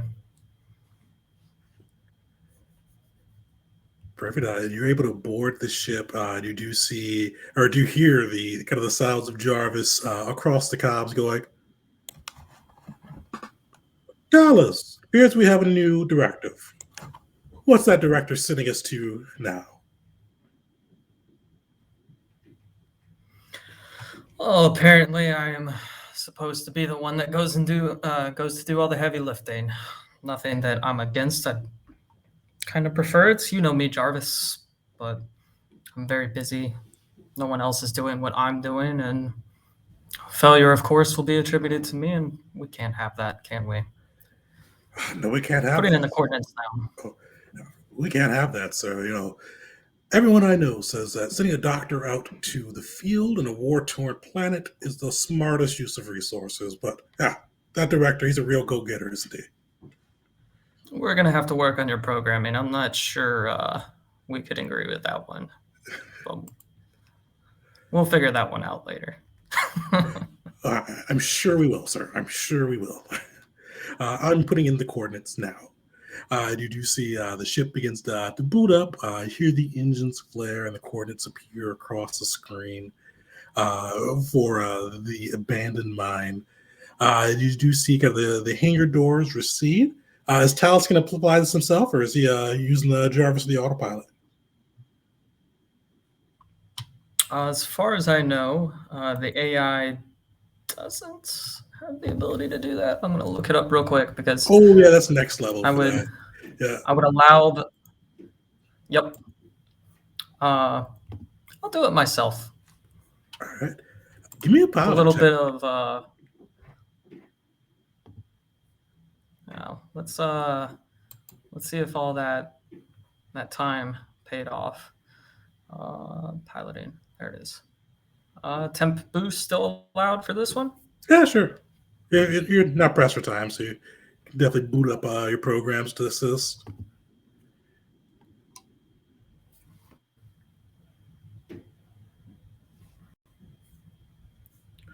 So a bit of a rough ride as you get out there. You said you've been practicing, kind of getting your flight kind of training under you, but apparently it's just a little bit of a wind-torn day. And one of the things that you notice too, and this has been kind of occurring across the planet more and more frequently, you start to feel little tremors. And these tremors are kind of going off, and one went off just right as you tried to take off as well. And nothing too bad. You just got to clip the door as you're leaving through. No lasting damage to the ship, but you do leave a good chunk out of the Zerga hangar bay door. Oh, they got plenty of money, Jarvis. And I just take off. No worries. Perfect. You're able to take off, and in minutes you are at the location for the mines. And you're able to put it down. A little difficulty, but nothing too much that you can't handle. And land the ship pretty expertly. Anything he does before he leaves the ship? I will just grab my things again and say bye to Jarvis. I'll be back shortly, Jarvis. Won't take me long. Am I able to keep on comms with him potentially? Can I maintain like a communications with the ship? Normally, you would be able to, but with kind of the heavy comm trouble, you're not certain if it will keep in there once you go into the inside the tunnels. All right. I'll attempt if I can, or just to establish a link. See how long that lasts with all that in consideration, if that works. Oh, definitely. And you're able to establish a link. And the last, as you kind of go through the tunnel, and as you leave, Jarvis says, "Yes, I would hurry. Zerka always appreciates a quick profit, and you've probably pissed Director off after destroying that hangar door, so I wouldn't keep him waiting too long." You see, you hear a little chuckle in the AI's voice as you disembark from the ship, and you do keep that connection going for a little bit, and eventually, and it still stays active as you reach the inside of the tunnel. But one of the things that stands out as you move through the first bit of the tunnels is you see this lichen. So it looks like moss grown over certain parts of the tunnel. But the thing that's really interesting for you is just how much light that moss is giving off. Like you've come across like a lichen kind of light-giving plants before, but these are as bright as fluorescent lights, just really lighting up the tunnel with a kind of a glowing green look. And it's kind of brand new to me. Definitely, if you want to, you can kind of. You haven't seen this before, but you can definitely kind of examine it if you like. Yeah, I'll definitely take out one of a few vials that I have in my bag to take a sample. But prior to doing that, I definitely want to check it to make sure that touching it isn't going to have any sort of adverse effect on me. Definitely. Give me an investigation check or biochem check too, if you'd like. Biochem.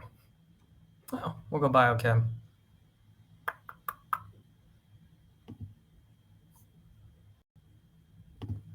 Solid.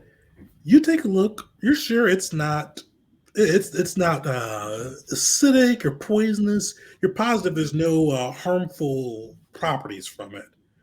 And as you kind of examine it too, you've not seen anything like this on the planet before. With the 25, you've not seen anything like this in the galaxy before. You've seen kind of things that give off light before, but this is bright light and just very unusual. Just it's a little weird about it. Yeah, I'll get as much of a sample as I can into one of my vials, and I've just kind of I removed the goggles. Well, I would have removed the goggles back as soon as I started getting into the darker interior, but my eyes are like kind of glowing already from it. The luminescence from it kind of lightening up my eyes because of that dark vision kind of factor, like a cat. You can see their eyes in the dark, but they're very bright, and I'm very excited about this kind of discovery. And I just say to myself, who would have thought?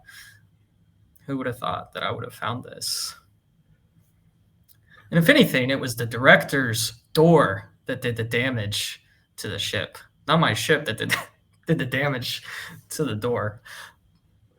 But I'll just kind of tuck that away. Through broken up, the cops started to break up at this point. It goes, "That is one way. But that." As you kind of hear the distorted voice of Jarvis in your comm link. Perfect. Eventually, I'll push forward. Yep. Perfect. When you push forward, you kind of hear two pairs of boots clinking ahead of you from the tunnel. And as you emerge through, you see the same grisly scene with patches of blood around this kind of rock-laden area. You see this big pile of technology, almost like a shrine that's been broken and battered. And you see an astrotech droid, the body of an astrotech droid at the top of it with a skull sticking out from it that looks like it's been polished and worn down. But you also see directly in front of you, to the left, you see Caesar. And Caesar, I forgot to have you describe Caesar. Caesar, what does Caesar look like as Talis takes a look at him? Caesar is a very tall Gungan. He's incredibly thin, uh, lanky, stocky. He's got them long Gungan ears. He's got two eye stalks. One of them definitely looks a lot more messed up and has a non-cybernetic eye, just a straight up glass eye to it. He has a big old bandolier and a bit of like public armor on. Clearly, some scratched out emblems of the Dominion, but more so just to cover up for the sake of not being shot in the back. Still like half showing. He has a dark officer uniform on and currently a slightly bewildered face. Oh, something I should also mention, on his left hand, he is very clearly missing a thumb.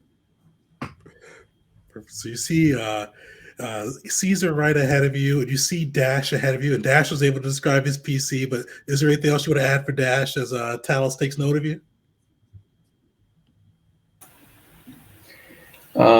Yeah, no, I think my description fine was except Dash would be kind of like have his chain gun out, just and you see that kind of that slow rotation as he just kind of takes in the scene, kind of on guard. Perfect. So you see Tegan, that? Yeah. I would like to spend one of those proficiency bonuses. Sure. What do you want to get? I'm getting a language. Which language? Mandoa. Mandoa. Right. So how did Caesar pick up Mandoa?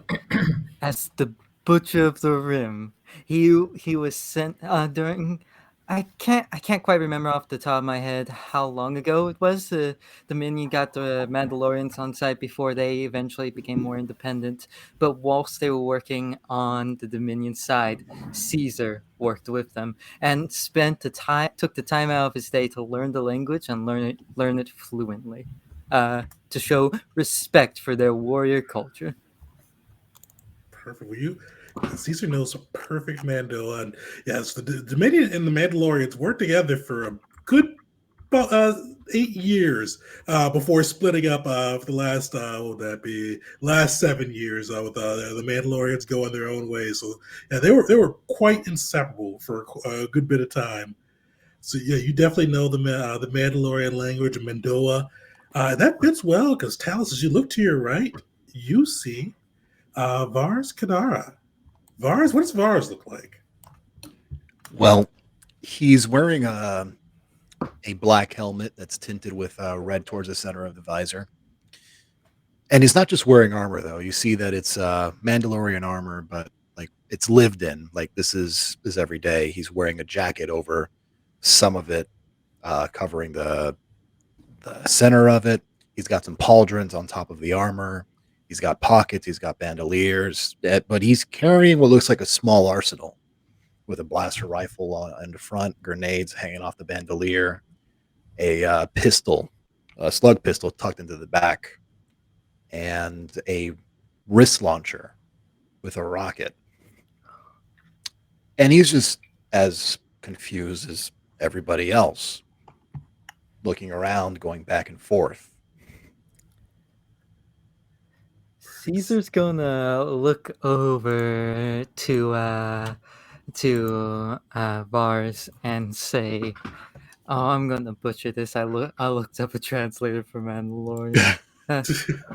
Suragas Garsa Vars Candora to defender Bear Rocher." Just saying in Mandalorian, are you Sir Vars Candora, the defender of Roche? Rather, actually, it's better to say, I should ask this first, would Caesar recognize him? Oh, for sure. Yeah, with the PC rumors that you guys, as you take a look, probably may take you a minute. You do kind of like look and kind of see the signs of people's armors or the emblems they're wearing or their clothing or just how they hold themselves. And you would be able to put it together kind of, oh, yeah, that probably is Vars from the defended Roche.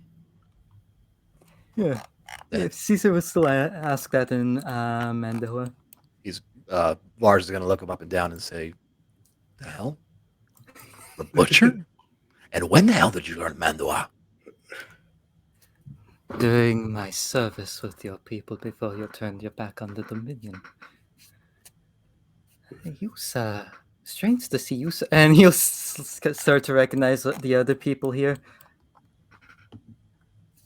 The Jedi Master. Perhaps he so was right. Force working in mysterious ways today. Just seeing these random people from different factions just all come together in this location to this very bloody scene. And as you mentioned the Force, too, Talis, you're able to see somebody kind of in the corners there, trying to look a little stealthy. You see Gert, Acto. Gert, how does he appear? So he has kind of a dark, not quite black, but like very dark, like midnight blue, purple, deep purple kind of tunic and trousers, just very basic looking, and some boots. But he's got a really like flashy type, like almost like a knockoff Hugh Hefner robe, like outer robe type thing, with his little bandolier cinched with power cells all around him, and he's got hanging off his side a holster with a heavy pistol and a very gaudy looking. It's a very much looks like a vanity scope for his heavy pistol. It just looks flashy and clunky and way out of the ordinary. And he's holding what looks like a cane, but it's if someone was trying to disguise it as a weapon, they did not do a very good job, and that's kind of the point. He wants it to look like it's a walking stick, but also wants everybody to know it's a giant double blade, and he'll cut anybody with it if they come close.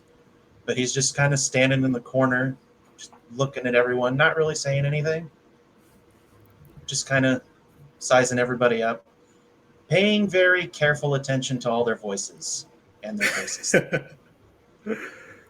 Peru, you guys see the Kamasi taking note of you all as you come through.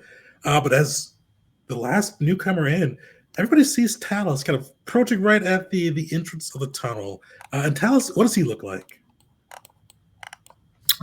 He's, when you look at him, you would think that he's just a bald human. But when you see kind of the pure white that's reflecting from his eyes, and I'm just assuming a kind of darker environment, as they hit him, you can tell that there's something a little bit, he's still humanoid, but he's something more too. But he is wearing a overcoat of Umbaran make, and kind of has a high collar. And then also just kind of hanging around his neck, he's got the sunshades that I mentioned earlier, black sunshades. And then on his back, just kind of like a small backpack at the upper part of his back with a lot of kind of instruments and things that might be hanging down from it. And I'll just kind of like look around as soon as I enter, and I hear the Mandela going on, and I'm hanging back at the entrance, and I'm looking down at my wrist pad, and my personal translator is picking up the voices, and I'm just kind of reading the conversation. When I see Vars Kadera, I look over and I'm like, I read about that. And the butcher, I read about that.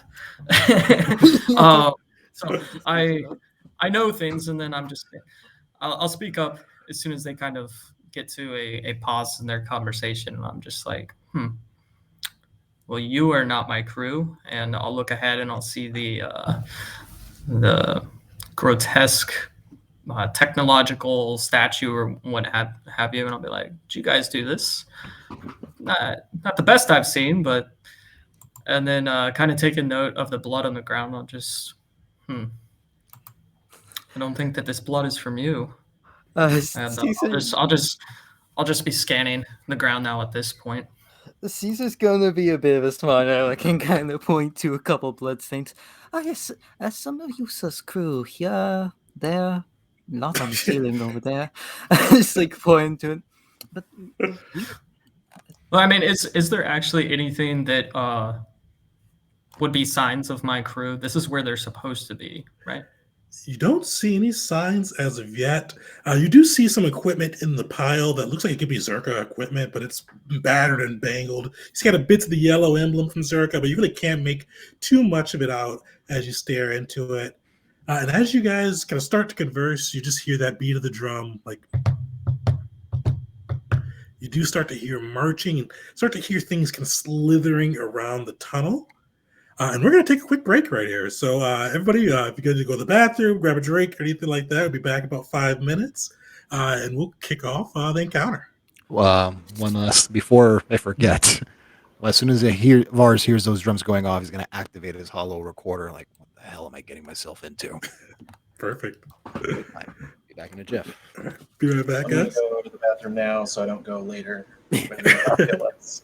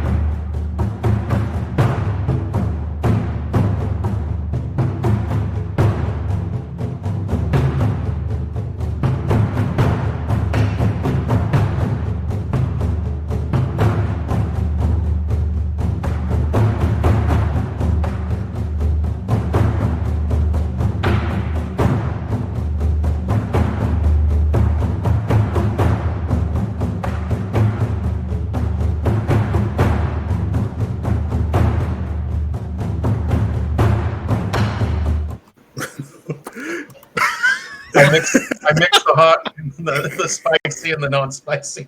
Is that what that face was? Yeah. You flew too close to the sun, man. Oh, pickled jalapeno. Yeah. Welcome back, everybody. As we hear about the spicy pickle. Sweet. So we are back in. The crew is about to come up against their first encounter. So let me get that going. So as you guys hear that beat of the drum continue, it's kind of like just kind of beating through, and you do eventually see these beings kind of just not stumble, but almost synchronously march out of the tunnels. The weird thing is, like, they seem to all be marching at the same time, but they're all coming from different angles. And as you get a look at these beings, like, they're nothing like you've ever seen before. They have a lizard-like appearance. You see kind of dull green scales reflected off of their the little light that's coming off the lichens. And you just see them continuing to march and march. And you see that dull green light, but the thing that really kind of grabs your eyes is they've got a reptilian-looking face, large teeth, and kind of most odd about them is they've got two, looks like almost growths, looks like coming out of their head. Almost, if you had to hazard a guess, it looks almost cancerous, or with this little bit of corally around it as well, from bits and pieces poking through their scaly hide. And they've got them on both sides of their forehead as they approach through, and just incredibly synchronized order. You see them pop out, and they all bear this wicked-looking blade. But the thing that really stands out about this blade, like, you've all have seen blades before. You've come across. Most of you guys have been in wars or fought numerous times, and you've seen vibroblades, daggers, ceremonial blades, all of these types of things. But this one looks different. It's got a real organic look. It almost looks like they kind of grew it out of a piece of coral. And you see them all, and each one looks unique, like different coloring, different structure. Like, no two of them look the same as they approach through. And the big thing, too, is the two that kind of walk out of the farthest entrances, the two up at the top, you see that each of them has on their shoulder a bulbous-looking creature is probably the best way to put it. You see it looks like probably about the size of a volleyball. And you see it just kind of on this shoulder, pulsating. And you see that occasionally the Chazarek will turn and kind of like give almost like he's moving the view for the creature that's on his shoulder. And you see these two up here. I'll ping them as well so you can see. These are the two, the ones with the yellow backgrounds that have those little creatures up top of them. You see eventually, as they take note of you, they all whip their blades up and just let out an inhuman howl as they see and all prepare for battle. So let me get these guys in initiative. This is important. This is important for Caesar. Do they have teeth? Oh, yeah, they've got sharp-looking teeth. All right.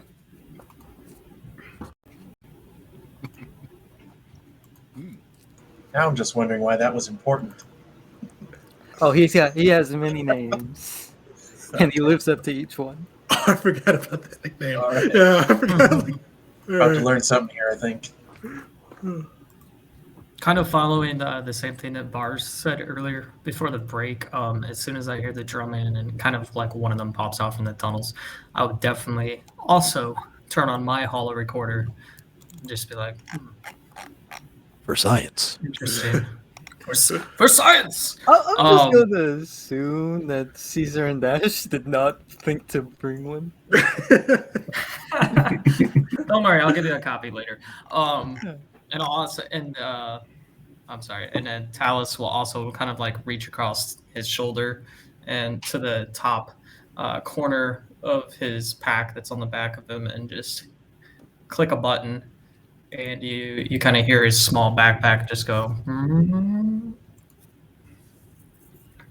let's get ready to rumble. That's a rope.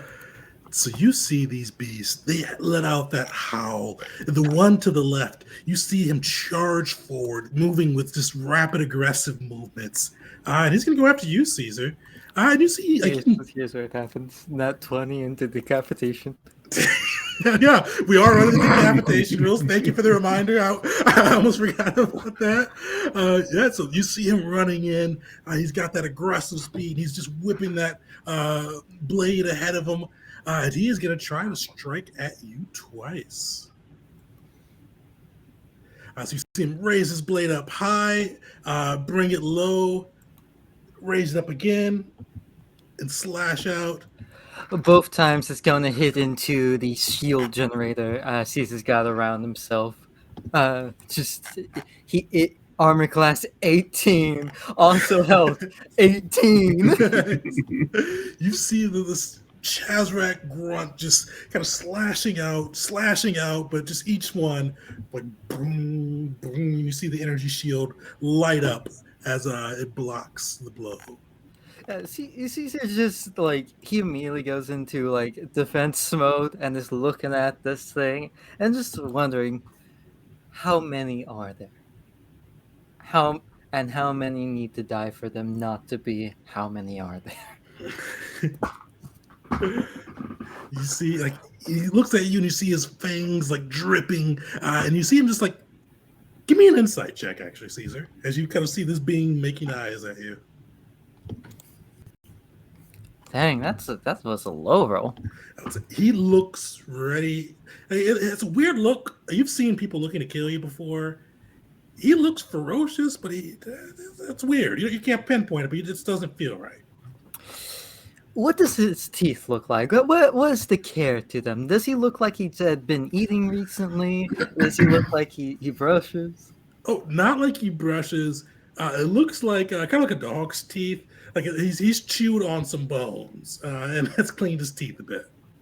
Yeah, he's gonna assume eat him, and at this point, Caesar now realizes no one has fought him to eat him yet. So this is a new experience. You see him just showing his teeth and just a weird expression on his face. You can't quite pinpoint it, but yeah, out of all the people that killed you, he's the only one that's had this expression.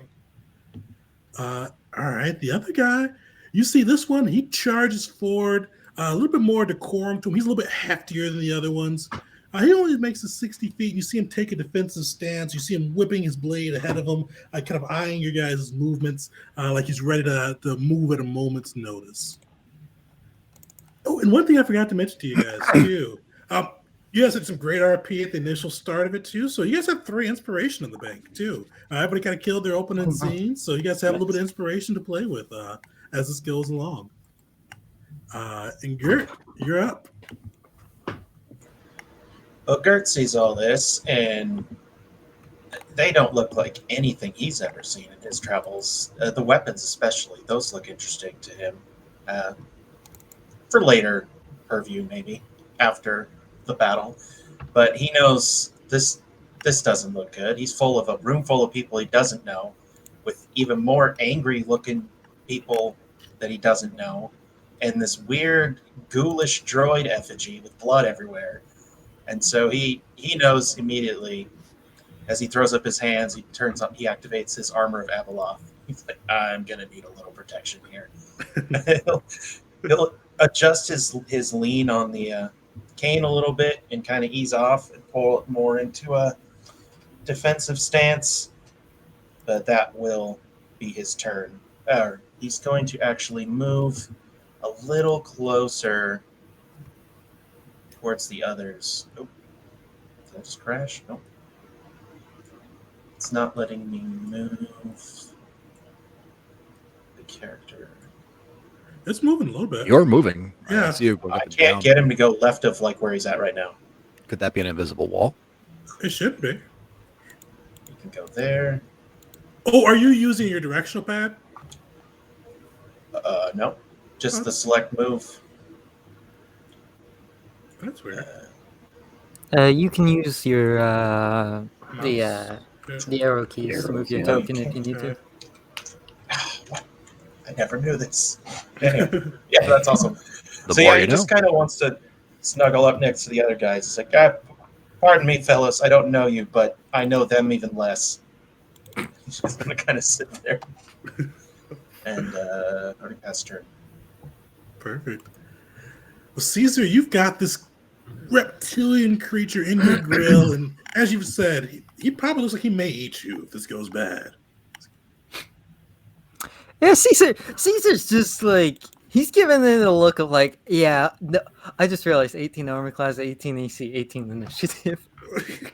18, 18, 18. Yeah, Caesar wants absolutely none of that and is going to get himself into a more advantageous position as well as dash. So what he's going to do is use formation fighting style and take the bonus action that allows a ally to move with him, no action required. And with that, he is going to take it. He's going to eat a attack of opportunity and just move his way to back up with the Mandalorian. Just about here with dash. Okay. So yeah, Dash, you can use your reaction if you'd like to follow along with. No action required. Oh, no action required. Sweet. Yeah, you can just follow along nice. if you'd like. Yeah, he's so gonna I'll just slash back up at with you. Caesar. This one will hit. That will hit. Luckily, he does like you clips you, just cuts you just as you make your way backwards.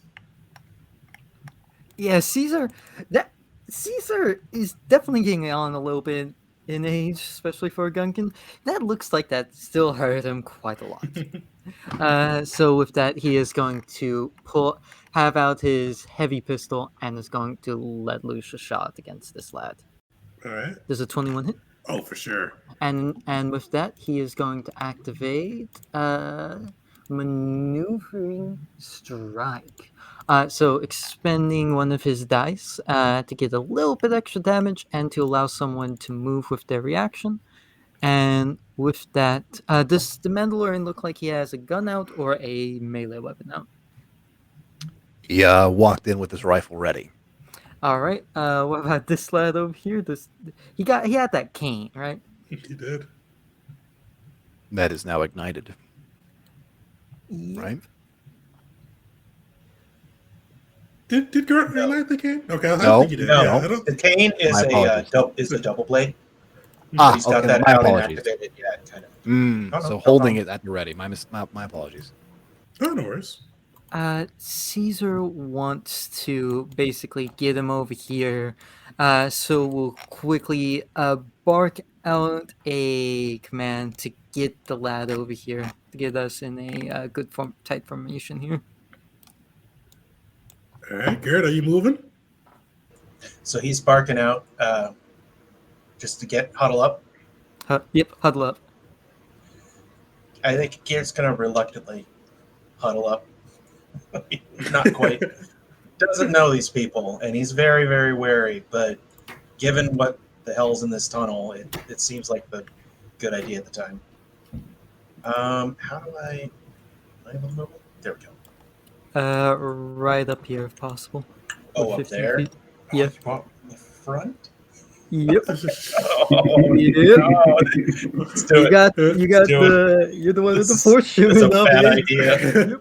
You right there. And that's gonna be Caesar's turn. You some people gonna die. You see the reptilian's hide is burned as that blaster bolt goes, and you guys move into formation, huddling up, leaving poor Talis on his own. But Vars, you are up. All right.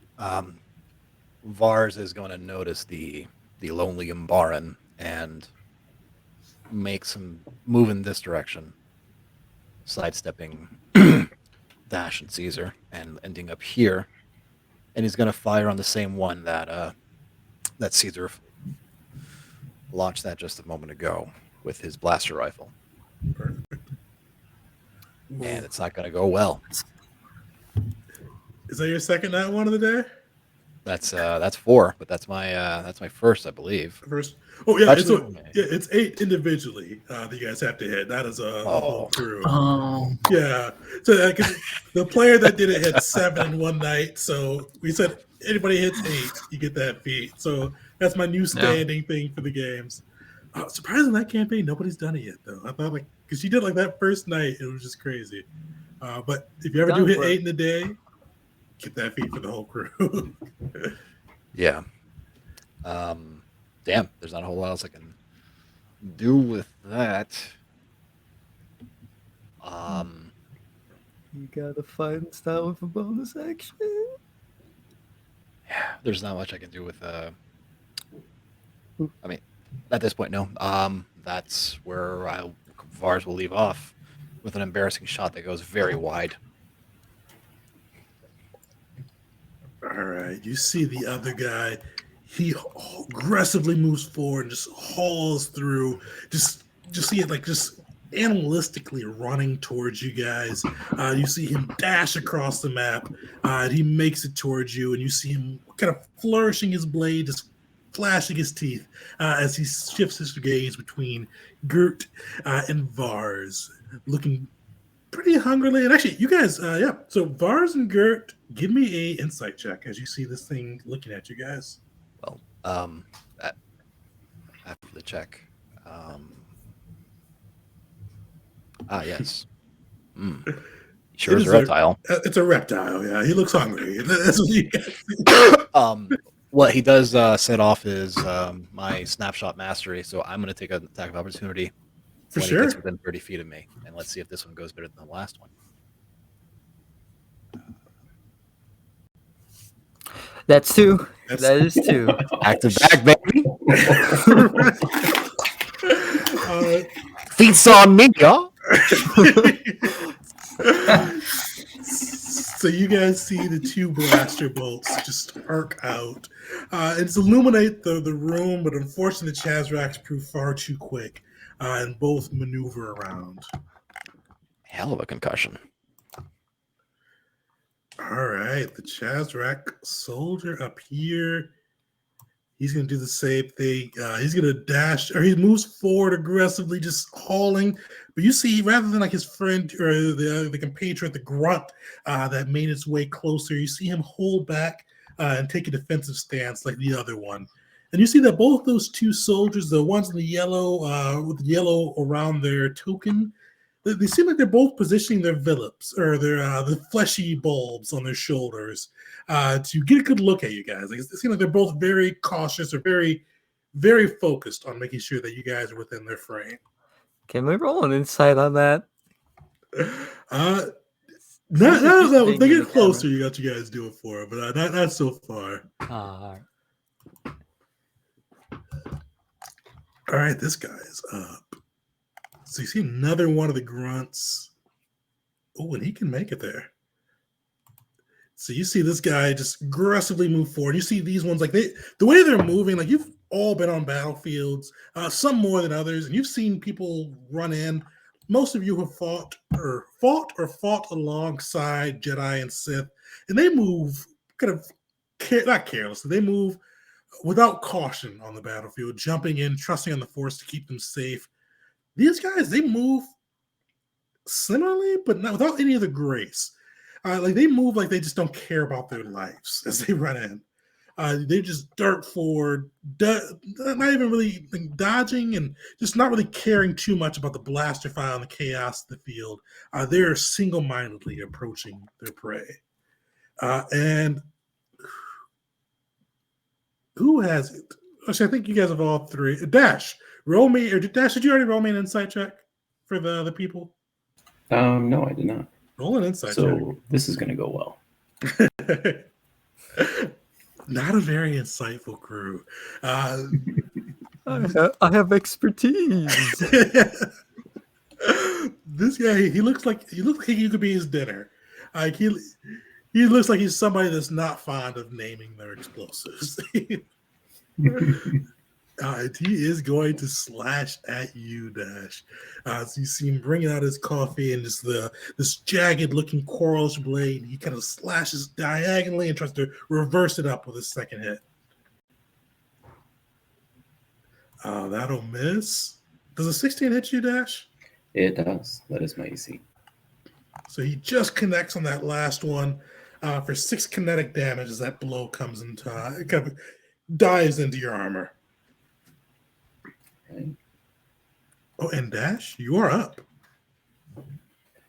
All right. So kind of seeing this lizard sprint at me here.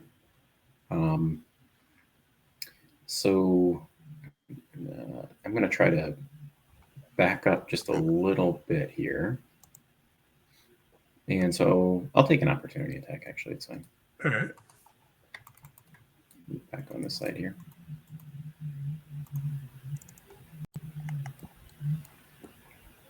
You'll miss. Nice. All right. So I kind of see that we're huddled up and looks like in a pretty good spot to take these guys out. But I do worry about my new friend over here. So I will try to take a shot on this guy, and I'll use a rapid fire with my chain gun. Perfect. So DC 15 save.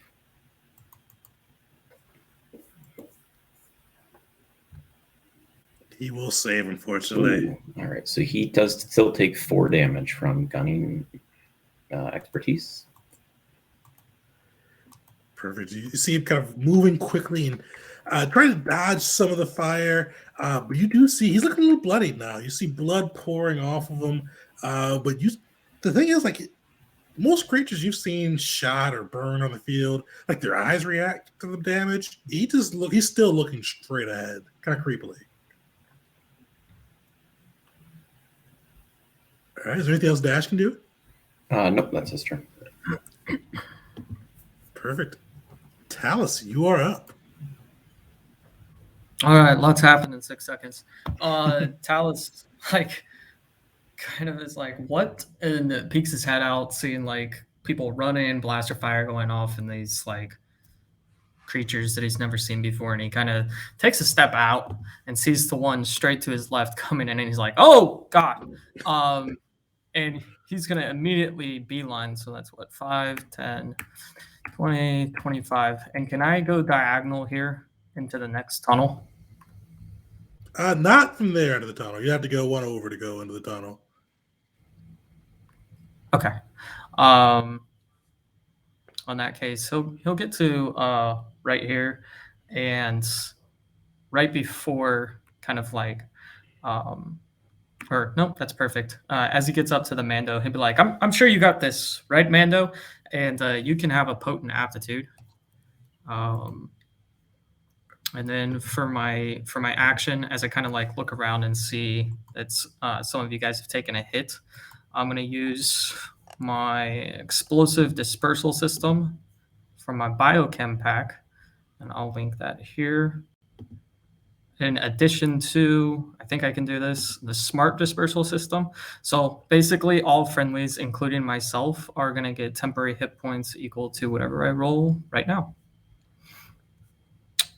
Yo, that's really cool. Well, we definitely got it now. Nice. So everybody Nice. gets Wow. 9 temporary hit points until the end of my next turn. Okay. Do those stack with the armor of Abeloth ones, right? I don't. Does Armor of Abeloth have anything about stacking temporary? I think they. I don't know, but temporary is if you get them from a new source, you take the new ones, right? Yeah. If you want. So it will say you get the 9, but once the next turn, you still whatever you have left in your Abeloth ones would come up. Okay. Just trying to make sure because that one's. So those ones, yeah, Gotta that's have those points to get the psychic damage, yeah. For sure. All right, so you guys get a little boost as he.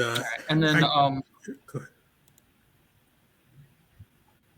I'm sorry, Vars also, you have a potent aptitude. I don't know if you want me to link that or not for what that does, but you have 10 minutes to use it, and that applies to an attack that you make, damage. No, never mind, that's for me. And skill checks. And that's a D what? 4. D4. It's a D4 at the moment. Okay. Hey. Much appreciated. Mm-hmm. All right. So you see the one kind of wounded, blood streaming across him. He's gonna dart forward. He doesn't have any allies around him yet, so he's still gonna go forward. He's gonna pick on Dash, shoot it, and you see him kind of run low with the coffee and raise it high, trying to catch him in a pincer move with his blades. But you see the first one just goes wide. Dash is able to easily duck beneath it. The second one, though, does scrape against Dash's armor for 4 kinetic damage. All right. All right, the soldiers are going to join the battle now. You see this guy kind of not calmly, but he still moves in quickly. But you see he has like kind of a different gait than the other two, or the other ones you've seen so far. You see he keeps this envelope, or this fleshy bulb, kind of looking around at all of you guys.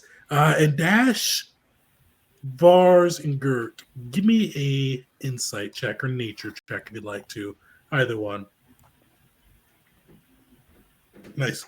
Vars, you're able to get a read on him. Like, you fought a lot. You're a Mandalorian. You've been in battles. You fought alongside the Dominion, the Mandalorians. You fought a lot. You've seen people go into battle. He is very concerned about keeping you guys in focus of that fleshy thing on his shoulder. Like that. Like he's more concerned about that than like dodging or getting into a fighting stance. He's almost like he wants you to see, or wants the person, or wants somebody to see kind of what's in view of that fleshy bulb. That's his prime concern, his prime directive. And as you guys notice, that he is going to take a slash at both Vars and Gert. You see as he moves to slash, the grunt behind him kind of helps make an opening for both slashes. And you see he's almost like they're kind of working almost in impossible tandem. And with Vars, you'd notice too, like they're almost moving as if you would guess they've trained a lot together because they're moving so precise. Like you've seen Mandalorian units that fought together for 10 years not move as precise as they are. They're almost moving like they have one brain. And you see that the yellow one is going to take a strike at both of you guys, and with advantage due to pack tactics. So Gert, Vars. I think that'll hit both of you. What's Vars? What's your AC? It's lower than that. Okay. So you see him slash once at Gert for 8. He's got cut across the Kamasi, and you see him kind of flip it over. Continue that momentum and slash into Vars, impacting against that Mandalorian steel for 10 kinetic damage. And Gert, you got your armor Abeloth up, right? Yeah. So with those temporary hit points, I would have the 9, but I still have the 5 points from getting hit by a melee attack until the end of my next turn. Is that how that works? For sure. And we'll basically, for the easiest way to say that, we'll say you kind of end up with 1 temporary HP left, but you still have your armor of Abeloth up with that. Oh, okay. Perfect. So, yeah. So yeah, it's 5 psychic damage. So you see as he slashes out, a small trickle of blood goes down his scaly snout. And just kind of, for you, Kurt, you're not able to get a good read on it, but Vars, you can see he must have, didn't look like he felt it. You've seen people, even like the toughest Mando, take pain. You see like a little bit of flinch or at least recognition in their eyes if they took pain. He didn't seem to notice. He doesn't seem to be all the way there. It's like fighting flesh droids. Fairly accurate. And Gert, you're up. Gert, you're up. Gert. I'm sorry. I'm going to struggle with that. I'm going to get it, though. I'm going to get it. I don't even remember where I took it. I think it's a Dutch name, which just it fit well. But as these guys, everybody's just coming in and out of everywhere, and these 2 soldiers are almost like paparazzi, just like they're trying to look at you and do these weird posturings, and it's really hard to figure out heads or tails or what's going on. And Gert knows in a situation like this, there's only one thing to do. And he brings the double blade up, and he finds the weakest person in the group around him, which is the one up to, how do you double tap?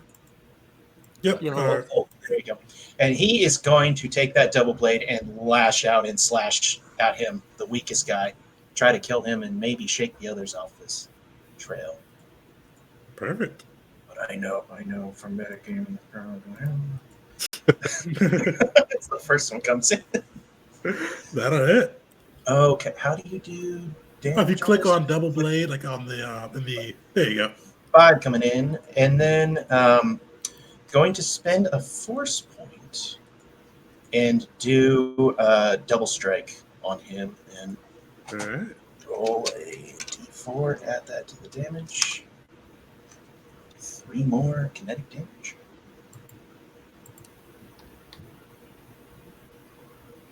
Bam. How's he looking? That guy, that definitely it hurt him. He's not looking bloodied yet, but you do see kind of gouge marks as the saber cuts through his flesh.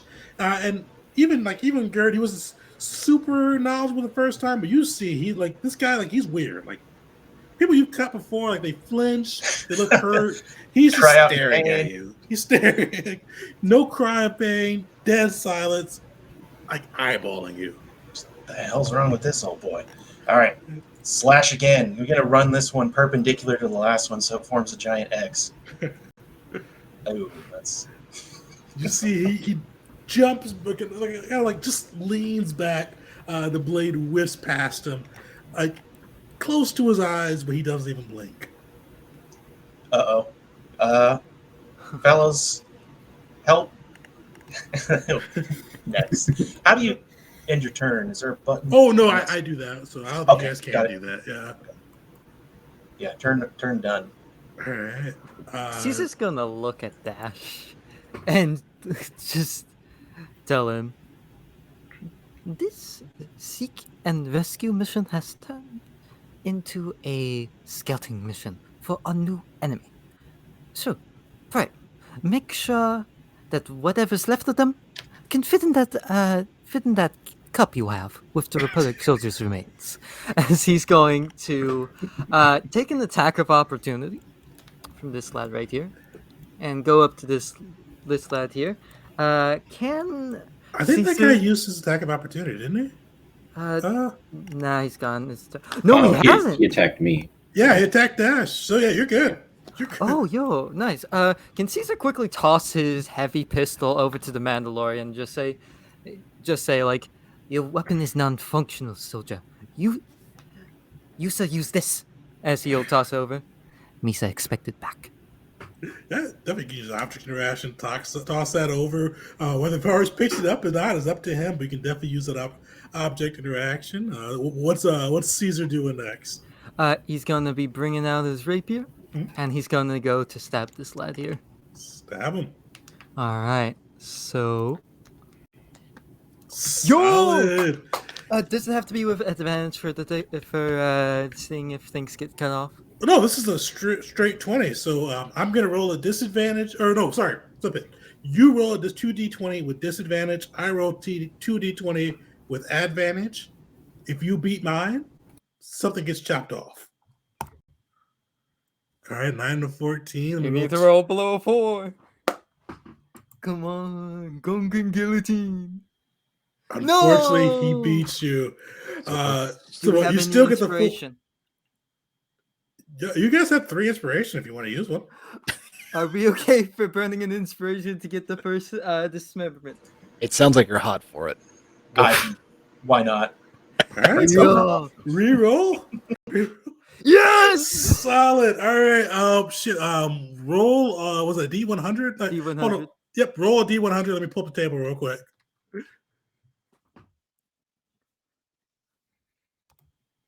20, and I'm pulling up that table. Actually, next session I'll have the table in the in one of the journals. Let me see where that is. For 20, it is a hand. A hand. All right. Roll me a 1d2. All right. If you get a 2, you chopped off his sword hand. Oh. Did chop off his sword hand, but you cut his hand off. And this is super weird because you kind of you probably cut somebody's hand off before. That's not nothing new to the butcher. But he's bleeding profusely. He's still just staring at you, holding the blade in his other hand. Like if you didn't know he was bleeding right now, you would think he's a droid. Caesar's just gonna look over to the 2 soldiers he knows, like Dash and let me quickly check again. Vars. Yeah, Vars. And it's just like, these are gripping things. As he's gonna use a bonus. Actually, he's going to burn another thingamabob. Maneuver. Yep, maneuvering strike. So our medic friend over here can get a bit into this hallway. And maneuver adds damage die, right? Yeah, it does. Yep. Sweet. Yeah, finish him. He had like 3 HP left. All right, so Caesar just comes in, cuts off the hand, watch the man bleed out. Does he slowly crumple, or is he like dead standing? Like he cut it off, and you see like he like stands, like he looks like he's menacing, holding his blade, and then you see him eventually just fall backwards, dead as the blood just pools out of his arm.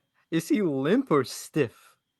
Oh, like he's like initially at first stiff, and you see him like you one of those like little wind up toys, like they fall. Like he looks like he's trying to like, kind of stand and kind of keep moving, but eventually he does slacken and go limp.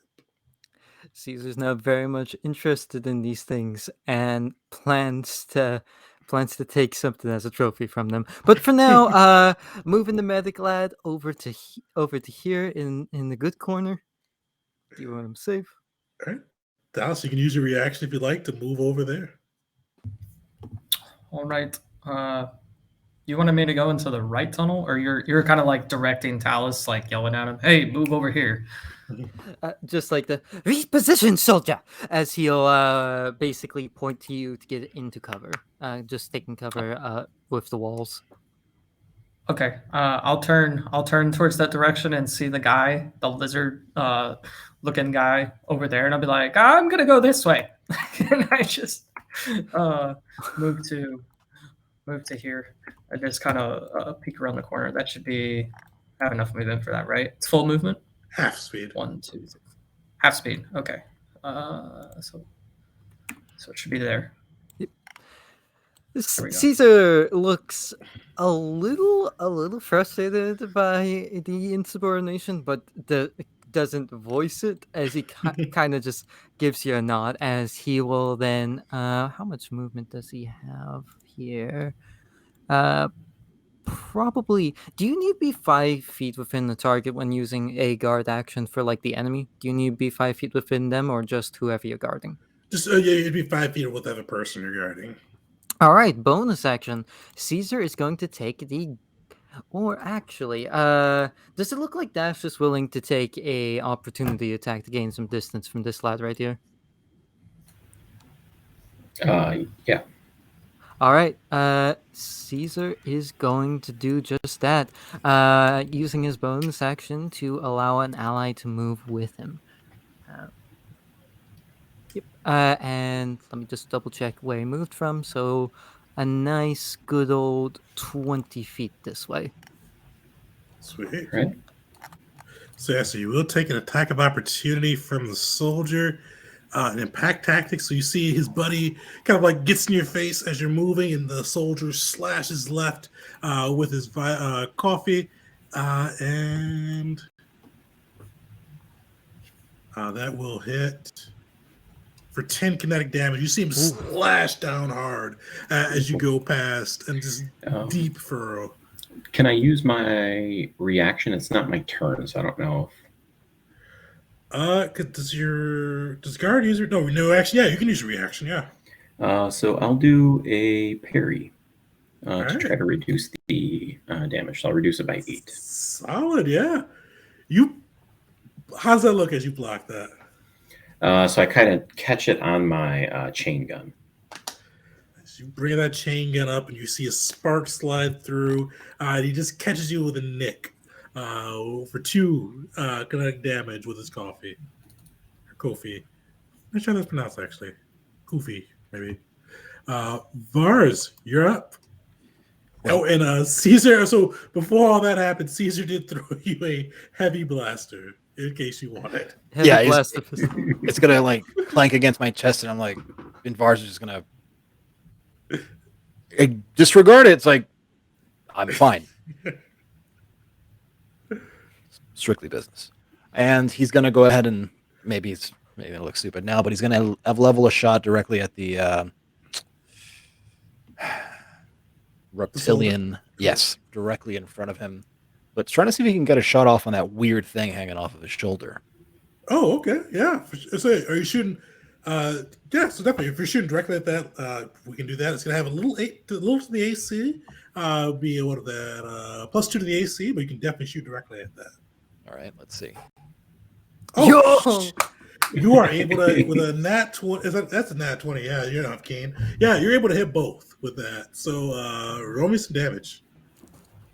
So that's +8, right? Nice. Yeah, so +8 and that's some 9 or 12 damage altogether. You splatter. Yeah, so that's Would that be 16 damage? Though? Yeah, wait. So it's 8 because it's 2d8 plus. Oh, yeah, that rolled a d8. Yeah, so yeah, that would be 16 because we use the first dice unless you have the thing where it automatically, like Caesar has a thing where it automatically adds in the full damage dice. So that would be a 16. So we use the first dice for it. Yeah, so you blast that through. You explode the Villip, and you do burn the Chazrock pretty deeply. It's not looking bloodied yet, but it is definitely hurt after that explosion. He's gonna like grit his teeth, like in the direction of Caesar, and be like, "My rifle's fine." Caesar is going to where is it? I gotta find it. Target strike. Tackle, dang it. I thought it was for damage, never mind. Yeah, he just kind of looks at it, looks to him, just gives a nod like, alright, I was wrong. Okay. Doesn't shoot back with a spur, they're like, oh, it just gives a nod like, yeah, I was wrong. Okay. I'm curious though how this would work with because I want to see if try using because they're still standing, right? Oh, they're still standing. Yeah. I want to try using pushing attack. All right. Yeah. So what's your so it's be strength check versus your DC 13. Strength save. So he should not have advantage on that, but he will succeed. So you see, push at him for 4 extra pushing damage, though. He's looking bloody now. So you see, he's still standing. Philip destroyed, shoulder burnt. It is just not glare. He's just straight staring ahead at you, just mindlessly. Ugh. And that will do it for Vars. All right. The grunt is up.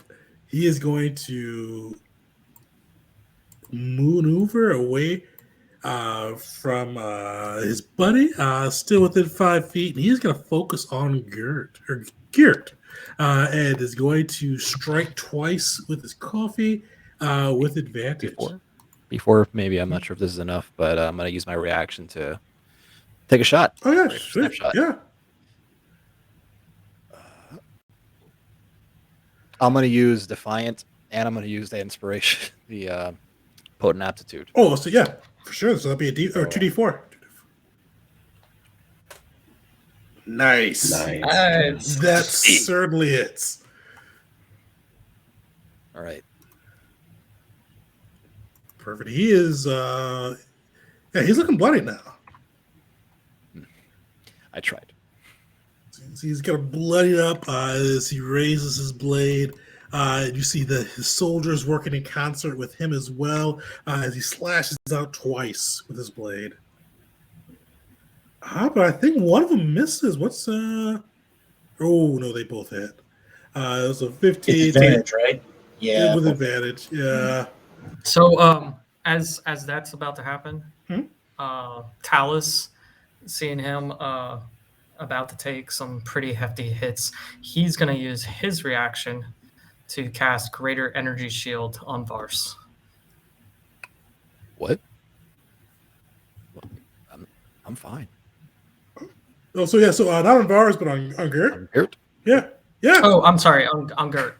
Gert. Yeah. That would be just like Usurka bastards to not help me. Help the other guy that doesn't need it. Yeah. That vandal looks a little bit more profitable, so you gotta make sure he's okay. He's sweet. So yeah, Talis gets an energy shield up, and you see both blows clang off of it and just ring out, and you're perfectly okay. All right. He's absolutely stunned. Thought those were coming in to hit him, and this shield just pops up. Thank you, whoever that was. Unfortunately, you got a little bit more of a trial ahead of you. You see the other soldier, Philip intact, comes forward. He readies his blade and is going to strike out at you as well.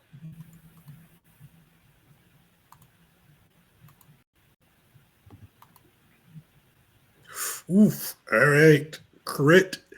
Roll me 2d20. You have advantage. I've got disadvantage.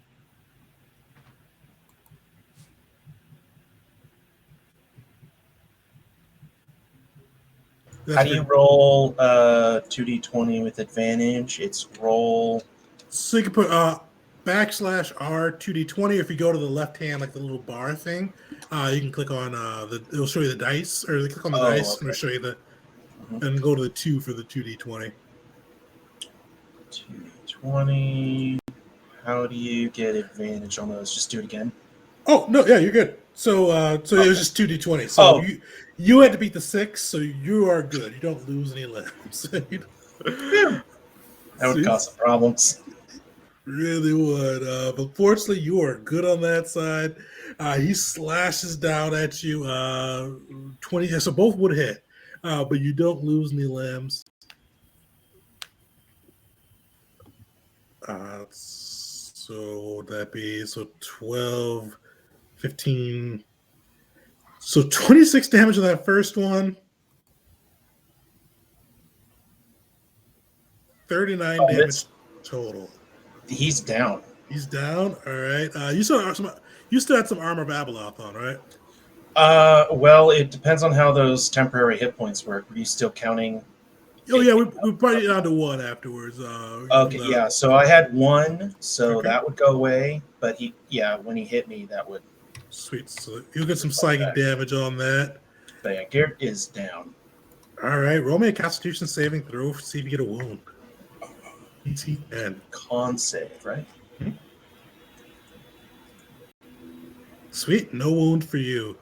So you slash, and you guys see Gert fall to the ground as the Chazrax stand above him. All right. The other one is going to go after the Mandalorian. You see him weaving, the grunt weaving his coffee in front of him, and he slashes out twice with his companions, giving him advantage. 22, that'll hit. Not sure why it's not rolling with advantage. Only one more. I think a 16 does hit him, unfortunately. Just hits him. So both slashes connect for 5 on the first and 9 on the second to poor Vars. But Dash, you are up. All right. I so want to throw a grenade right now, but that's not the nice play. They are perfect grenade formation. Yeah. Is it so the rules, so is it possible to hit like this guy and this guy without hitting Gert? Can I aim it like at a corner? Because what's the range of your grenades again? What grenades are you using? 5. It's just within 5 feet. Yeah, you can hit these. Guess because I think if you hit there, because it has to be 5 feet, that would get Gert, unfortunately. So you definitely better hit one of them, but unfortunately, we better hit 2 of them with a 5 foot. If you have a 10-footer, though, you could certainly hit the other 2, or hit the 2 of them without hitting Gert. Sure. Yeah, I'll throw like a regular grenade then. All right. So I'll throw it kind of up here a little bit. So then I can try to hit these 2. Perfect. And I think I'll be out of the range of that. So it'd be a DC 14 save All right. and 7 kinetic damage.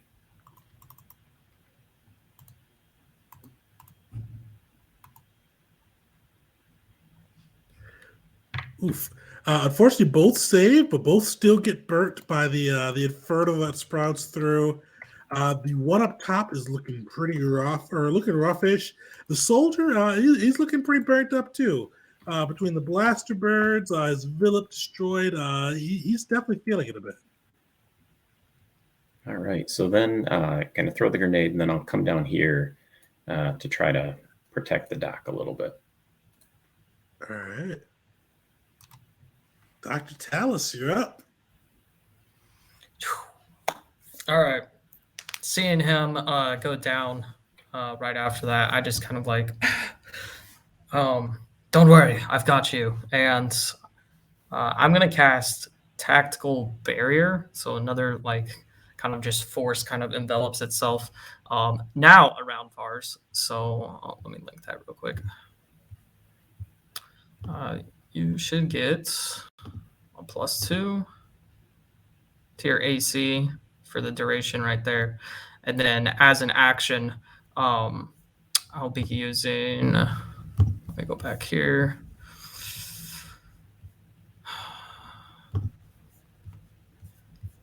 This thing. So I kind of pull out like a hose and take a step forward. And you see this like foam come out. And I'm also using the smart dispersal, an explosive dispersal as well, to only target the 4 lizard guys. But all of them need to make strength saves against my adhesive mix, DC 15. And they will gain 4 slowed levels, and they have to use their action to get on each of their turns. Nice. So what did you have that makes it target more than one person? Oh, let me link it again.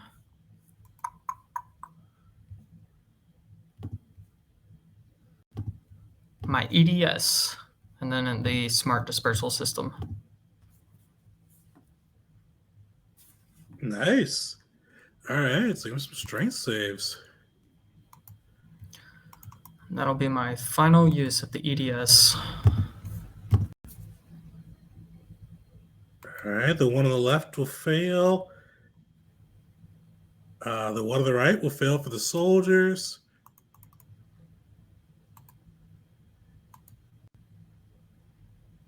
One up top will fail. The one on the bottom will succeed. So you see the other 3 get kind of sprayed by the foam and starts hardening around their limbs, and you see them slowing down. The one on the right, though, will prove just too quick or too strong and is able to break free of the expanding foam. And then you'll see Talis just move back and get behind him. Dash. And that's me. Perfect.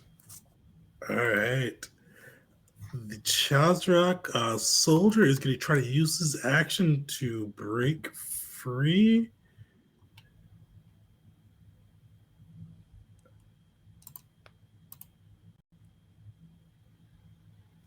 All right, so you see he kind of struggles and then just snaps to you, and you see both of his limbs shatter, the foam around his feet, and you see him readying that coffee blade ready to strike out once again. All right, Gert, give me a death saving throw. That's just con again, right? Well, that's just a straight D20, pretty much. I think there's a death saving roll in the box somewhere. It's... Oh, there it is. That's it. Oh. All right, so Gert has 1 failure. You see him kind of his chest heaving and see a little bit of blood come out of his mouth. Caesar, you're up. All right. Does temporary hit points get someone back up? Not temporary hit points, unfortunately. Yeah. Oof. There are two things I can do. One would be pretty selfless of Caesar. The other one is smart. What type of mood is Caesar in? How upset was the Dominion when the Mandalorians left them? Oh, incredibly upset. They took a good chunk of their fleet, a good chunk of their soldiers as well. It really kind of disrupted their forward push. And Caesar was working with the Mandalorians at that time. Yeah, definitely. He was part of the Dominion. The Mandalorians were part of they were a main piece of the Dominion's initial early wartime strategy until Mandalore the Exalted went independent. Now, this is a little funny to me and a little bit of a goofy question, but at that time, did Caesar own a ship? And if so, did they take it? We can say they did. He probably had a nice Dominion ship, custom made for him, but some operation the Mandalorians were able to get a hold of it as they retook a Mandalore, and he never got it back. Yep. Caesar is going to do a commander's strike.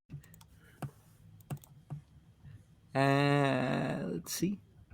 Yep, that is correct. So action, bonus action, looking over the dash, giving them the A-OK to keep on fire, and preferably dropping a grenade right about here. All right. Sweet. You can Selling Vesca! Mandalore. They can take it. Dash, you are up. You could use your reaction to make a strike.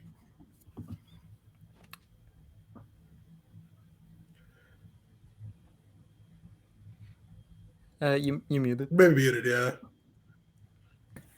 Yeah, I think I can throw a charge, but I'm not sure I can throw a grenade. Yeah, so it'll be a weapon attack, so you could use your charges in place of one of your weapon attacks, so those would definitely work. Okay, yeah, I'll take a rapid shot. Right. So I'll get the chain gun back out here, and tell Caesar that probably don't want to kill anyone just yet, and I'll take it. So deck save. Oh shit, 22. Yeah, finish that guy. Nice. So I see that he's kind of wounded and distracted. He breaks out of the adhesive, and I just start leveling him. And he just kind of just keeps getting shot and shot and shot until he just falls backwards. You see just holes emerge through the scaly flesh of the child's rock, and eventually he crumbles to the ground, just riddled with blaster wounds. Caesar still, despite that tossing a grenade at the Mandalorian, it was probably a smart move, and Caesar does respect the choice by Dash. We'll still give him the improvement nod. All right, Vars, you are up. Okay. On a character, I will say I was so tempted to just blow them all up twice. I believe it. Oh, 100%. Just look at that beautiful cluster, like a sunflower. Okay. So, how many actions would it take to drag the Kamasi Gert out of the way and use a trauma kit? That would take 2. Because it'd be unopposed grapple check as one action, and then the trauma kit is another action. Okay. And then to drag them, I guess I'd move at what, half speed? You would move at half speed. Okay. Oh, I don't know how I completely miscomprehended the situation. I thought Vars was down and Gert was still up. I don't know how I managed that. All right. Probably the same way I did. So if I wanted to get him up to here and then be on the opposite side of him, can that be done? Oh yeah, for sure. So move, action, unopposed grapple, drag him behind me, and then stand here. Yep. And you can, and then Gert, you can flip behind him on that Yeah. side. since they're all gunked up right now, and I'll use my bonus action to roll for second wind. All right. +3. Solid roll. Yeah, so you gotta take a deep breath, take the battlefield in. You've pulled the Kamasi out of the clutches of the three Chazraks. It's kind of, you sort of feel a little bit more rejuvenated as you take in the battle scene. You see the two of them laid dead at your feet. There's just 3 more now. This should be easy. All right. Last words. Chazrak Grunt is going to go up with you, but luckily you guys have broken their pack tactics ring, so he will roll normal for his 2 strikes. Before he gets up to me, Oh, you gonna burn him? Yeah, shoot I'm him. gonna try to. All right.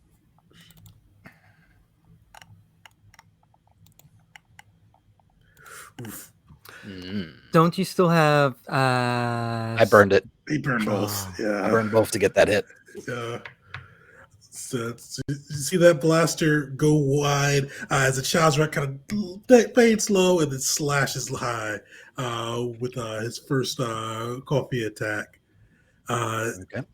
For 4 damage, and then he's going to strike out again.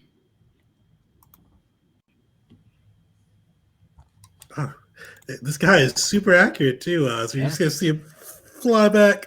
This time he gets a better bead. It slashes in great damage. Question: Did he make his strength check? Oh yeah, that was one of the ones that's still stuck. Yeah, so actually, hold on, let me make his strength check for that one. Oh, maybe I keep some of that HP. Yeah, because actually he'll take his action. So 4 slowed levels until they break out of that. yeah, so he breaks out, but luckily he's not able to move to strike at you because the only one that survived was the guy on the bottom. Yeah, so fortunately you are good on that side. He's not able to get at you with those with his blade strikes. Thanks for having a better memory than the rest of us. That's why I'm the doctor. There you go. All right, Let's just add that HP back up there. Soldier's going to use his strength save. He's not going to make it. So you see him kind of just tugging at his feet, trying to get up free. You do see the little fleshy thing on his shoulder taking you guys all in as he struggles to move. The other guy, though, he's going to charge forward. He's going to come at poor Dash. Since that one, since the other one didn't move, can I try taking a shot at this guy? Unfortunately, we'll have to still keep that same roll for Fair enough. But the shot goes. Yeah, it goes wide, unfortunately, but he does get up and dashes grill and tries to slash out twice with his blade. The first will miss. The second, are you a 15 or 16? I forgot. 16. Sweet. Second one clanks off your armor, but that's good Republic steel. It holds up well. Dash, you are up. All right. Seeing that they are kind of our allies have been extracted here, I'll throw a charge right in the middle here and see if I can get. So I'll hit this guy and this guy. And that'll be DC 13. Perfect. And which do you got? You got Ushu to these guys? Yeah. So it'll be those two. Perfect.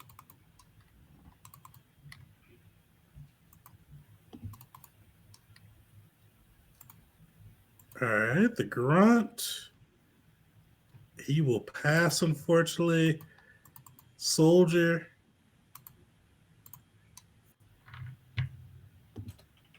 He will pass too.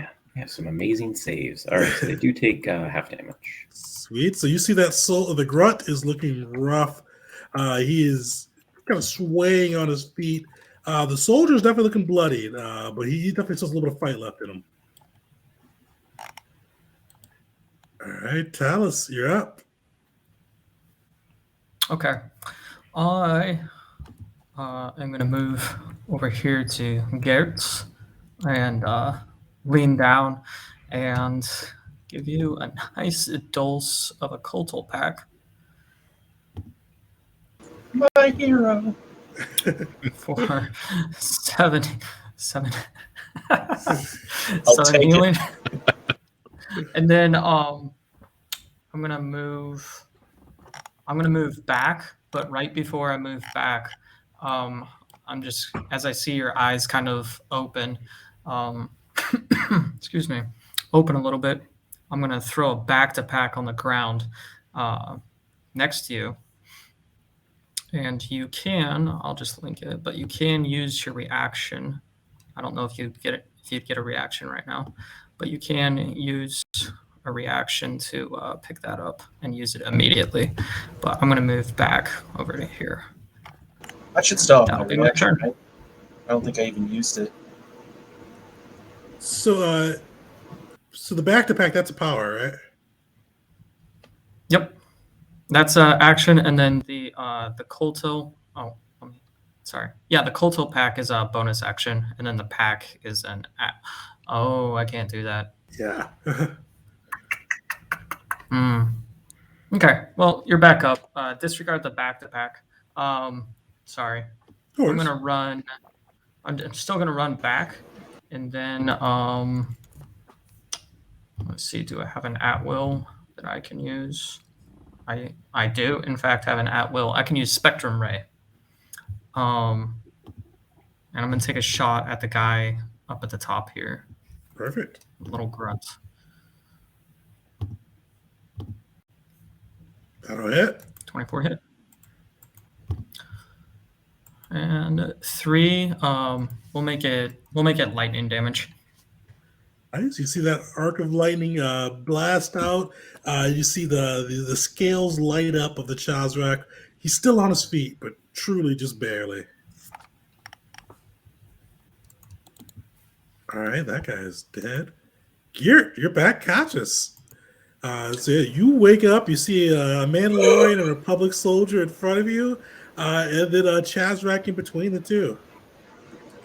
Kind of just taking a second to like, what the hell? Hey, all right. He's slowly going to stumble up to his feet, and just with that Chazrak in front of him, he only one thing is in his mind: stab and kill. And he's going to take his cane and just run it right into him. Perfect. Before we do that, though, we're going to need either athletics or acrobatics check DC 12 to get back on your feet. Right. That's right. I forgot. Oh, Acrobatics or athletics? Yep, acrobatics or athletics. Them new rules. Oh, garbage. All right. He Oh, is going to garbage. take a reaction strike against you. And if you beat your AC by more than 10, which I don't think he can do, you will be knocked back to the ground, but he will get a hit off you, though. Oh, damn. Okay. Yeah, so mine was 15, so. For 6, so you're still up. You Oh, got one HP left. You got one. That was some Slashes coaching in, thrown you on. feel it. Go Does he get back up, but he just gets attacked when he does so? Oh, yeah. Because only if it beats your AC by 10. So if you got a 25, you'd be knocked to the ground, but you just get up and take a slash as you do. As he rises, the guy just swipes in and stabs him. He says, damn it! Drives it right into him. First one coming in for 15. That hits. All right, perfect. And with that, he's going to spend a force point and add a D4 to that. I suppose I should hit the. There we go. Nice hit. All right. So 11 damage, just right in the gut. How's he looking? Burnt scales. He's not bloodied yet, but he is hurt. All right. Well, let's bloody him up. Second one coming in. Turn that thing around, right back in. All right. For another 4 points of damage. I believe I can do. It's only one per. Is it one per turn? One of each effect per turn. Yeah, one of each effect per Okay, turn. So you can perfect. So double with up that on it, yeah. second one, he's driving it in, and the whole goal was just to get this guy off of him. And he kind of shoves him back a little and gets him off the blade. And I'm going to spend a force point and use his deflection to add the D4 to his AC for one attack. Solid. Nice. All right. Yeah, so you got that guy. He's bloodied up now. You already He's get that mean blade. mugging him the whole time. Just bastards. That hurt. That really hurt. Did you see just like a? If you didn't know he's a living being, you'd think it's a droid-like expression on his face as he just stares forward. All right, Caesar, you're up.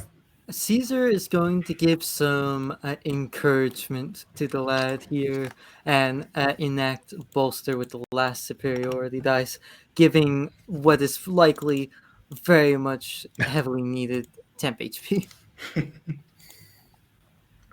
So d4 plus the wisdom, which is 6 temp HP. Nice. And it's gonna come Thank you. over here and is going to strike at this lad with the rapier. I forget, do we do flanking? Not for the Star Wars ones. Yeah. All right. So nice big old stab. Oh, that's not a nice stab. That was kind of sloppy, even. You give some inspiring speeches to Gert, give him a little bit of resolve, but unfortunately, that rapier strike was just telegraphed, and you see the Shazrak just slip to the side a bit. The lunge came from a bit too far away. All right, Vars, you are up. Well, seeing that they're still nicely together, you know what? No, never mind that. He's gonna take a look at the soldier right before him and try to land a blaster shot. All right. And try to land the blaster shot, he said. There we go. That'll hit. Nice. Okay. For 4, but I'm also going to do my signature maneuver, which doesn't add a whole lot, but so he needs to make a wisdom saving throw, and on a failed save has a disadvantage on any attack roll against anybody but me. All right. Unfortunately, he can't roll out today. Yeah, apparently. Saves. But hey, 5 damage. Take that. Yeah, he's looking rough too. So he's getting near the end of his rope. This guy is up, and he freed himself last turn. He is going to step on his buddy's body. You see him just clambering over the dead Chazrak coffee ahead of him as he slashes out twice with his jagged-looking blade at poor Vars. All right, both will hit. Only one, thanks to the concentration that Talis has put on me with that extra bit of AC. And I also want to take a shot. Definitely, you take a shot, but I think 24s both hit you, aren't they? Oh, because it's advantage. My mistake. You're absolutely right. Yes. Yeah, take the shot, but you may not need to worry about. Oof. Yeah, I got to worry about it. All right. Fortunately, Vars' blaster rifle goes off just a second too early. The Krasnik is able to get in and slash twice and cut into the Mandalorian steel. That guy is still stuck. Let's see if he's able to free himself.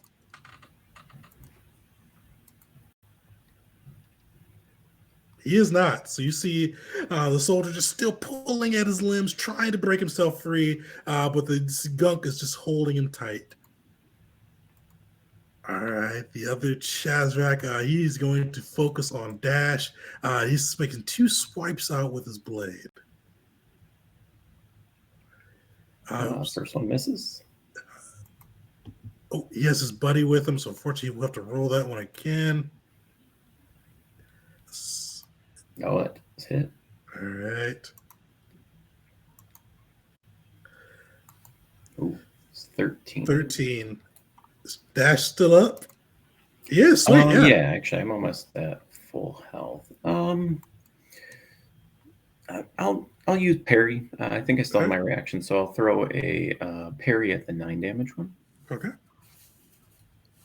So I'll reduce it by 6. So I take 10 total. Or it should be 7 total, right? Yes, sorry. So, okay. Yep. Yeah, sweet. They block it in there and take a little bit less damage, and it's your turn too.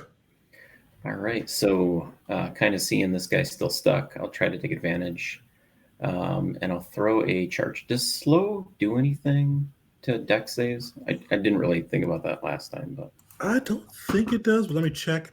It doesn't. So if you guys check that player reference thing I included in there too, it has all the conditions in there. So okay, nice. So do you it'll see be this guy and this guy again. All right. So soldier first. He will fail. Grunt second. This could be a big one. He does not have advantage, and he will fail too. Nice. So how does it look as the fireball consumes the grunt in front of ours? Yeah, so he pulls out this like little makeshift explosive, tosses it, it explodes kind of midair before it even strikes the ground. And you can just kind of see the flames like envelop the lizard and kind of blind Vars for just a second. And as the flames fall away, there's just like this pile of ash. Ugh. So you can see ash all around. The soldier is looking rough, and the last looking grunt is bloodied up. Talis, you're up.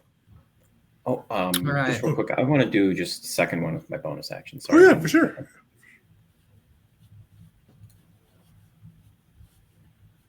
So I will heal 7. Nice. As you see that grenade, the bomb go off, and one of your enemies reduced to ash. You get a little bit of vigor back. This is why you like being a soldier. Oh boy. We'll see Talis move forward, and he kind of reaches back and he grabs a hose and pulls it forward, changes out the nozzle real quick, and just points it towards Gert. And you'll get some more Kulto your way as a bonus action. I don't know if that went through. Did that go?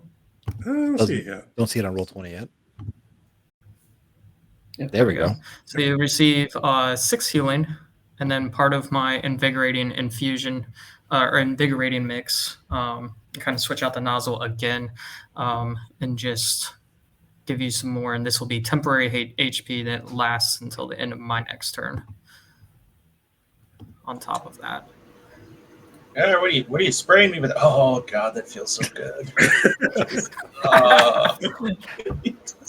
Like aloe, being bathed in aloe after a sunburn. Just And then I'll move 5 more feet to the south, and that's me. Sweet. So yeah, you get that Kulto burst, and just feel that invigorating homebrew mix that Talis has washing over you, and you're back up again. Back. Oh, boy. So do temporary hit points don't stack, right? They don't. Yeah. Okay, so with that new one from 10, I had 6 from before, so now that's 10 new ones. That's right. 10 total. Okay, perfect. So the guy down diagonal from him, he looks pretty rough.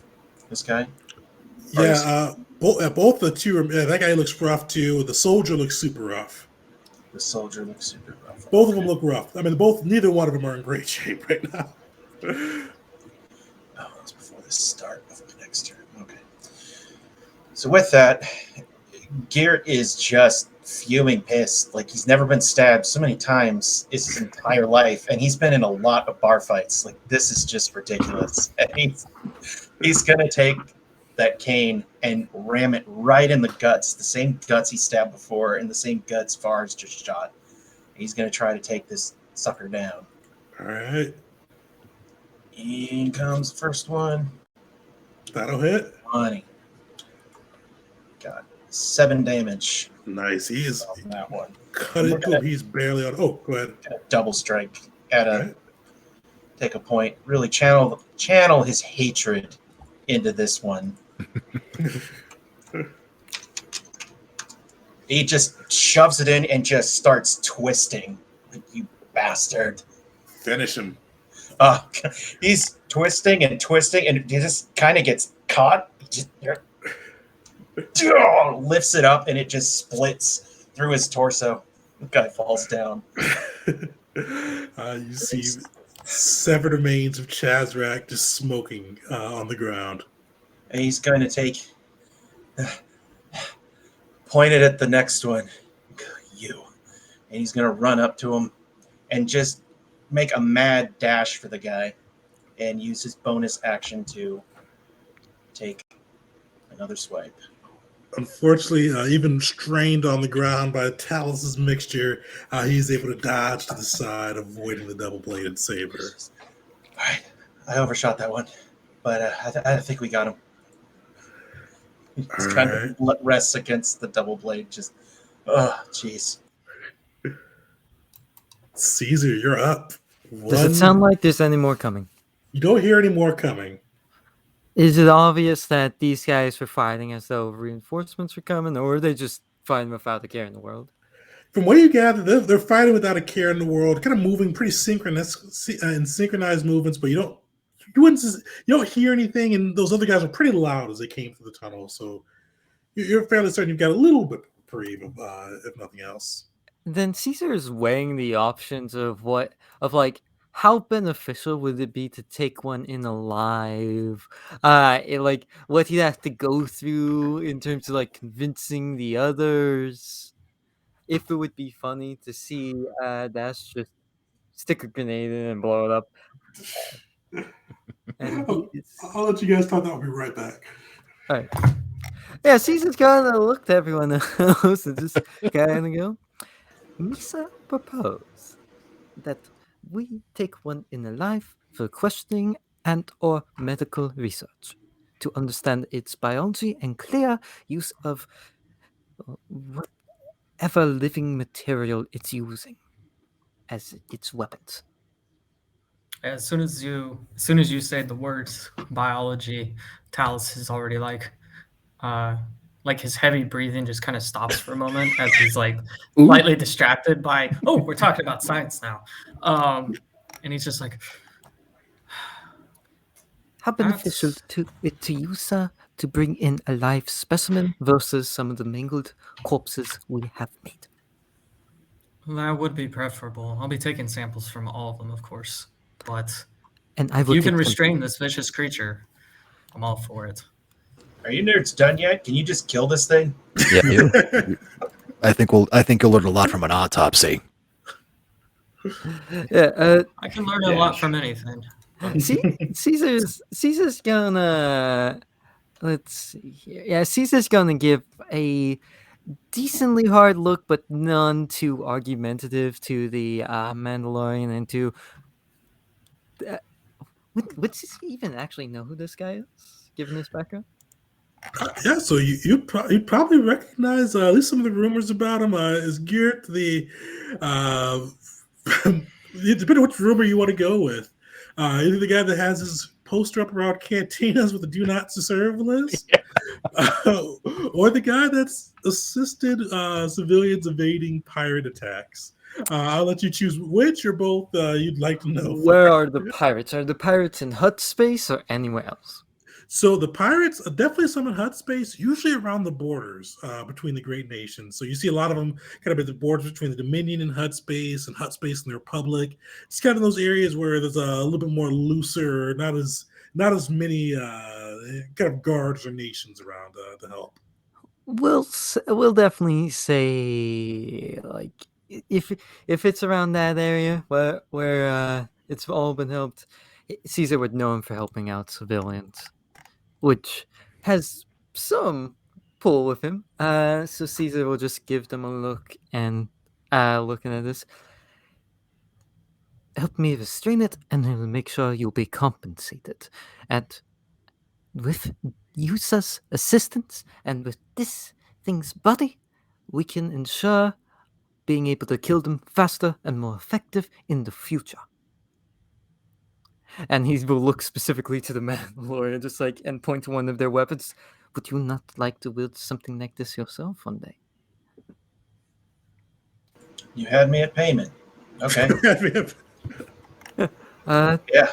All right. You're in charge of restraining him, though. I'm not getting cut up again. So you're just cracking his knuckles. He's gonna go for like. So this thing has slow, right? It's slow, yeah. So it's no movement. No, not slow the spell. So slowed for the Yeah, time. I know. Yeah. He's gonna attempt to grapple it. Caesar has one athletics. All right, they got decent athletics, so let's see how this will go. This is a soldier too. All right.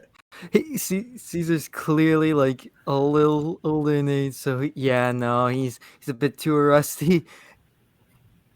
Fight against the. You see it kind of rustle against you and just surge out. Still blank expression upon his face. Can I make that check to see if Caesar can understand what that thing on his shoulder is, getting up close and personal? Definitely give me a nature And- check. Nature. And question on that: Would are we still in combat or out? Oh, you guys are still in combat so far.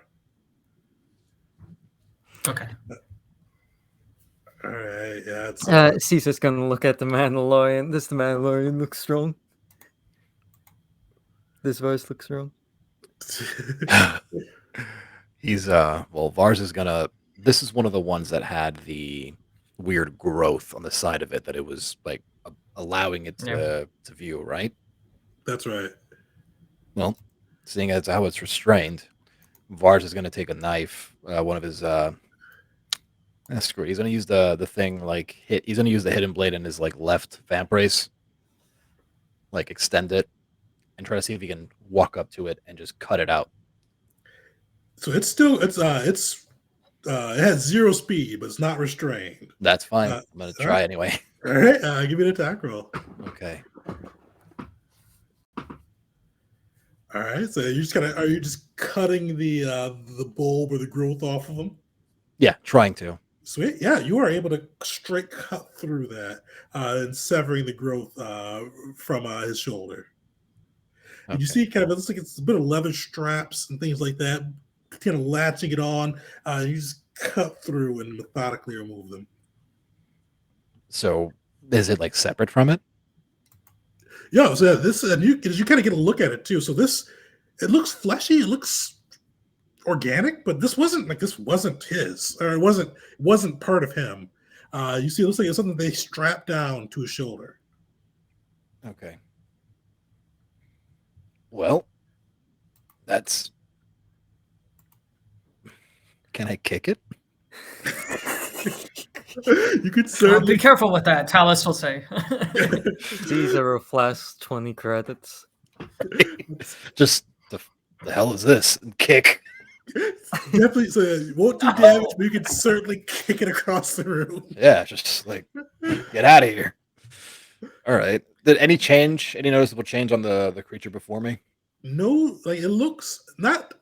You see, it doesn't look like you don't see emotion on its face. Yeah. But you do see it's like it keeps looking between you and the fleshy bulb, and it looks like it keeps staring at it. Like it looks like it's.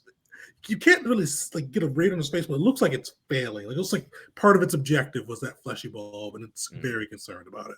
Okay. Well, that'll wrap it up for my actions. Passing it along to Dash.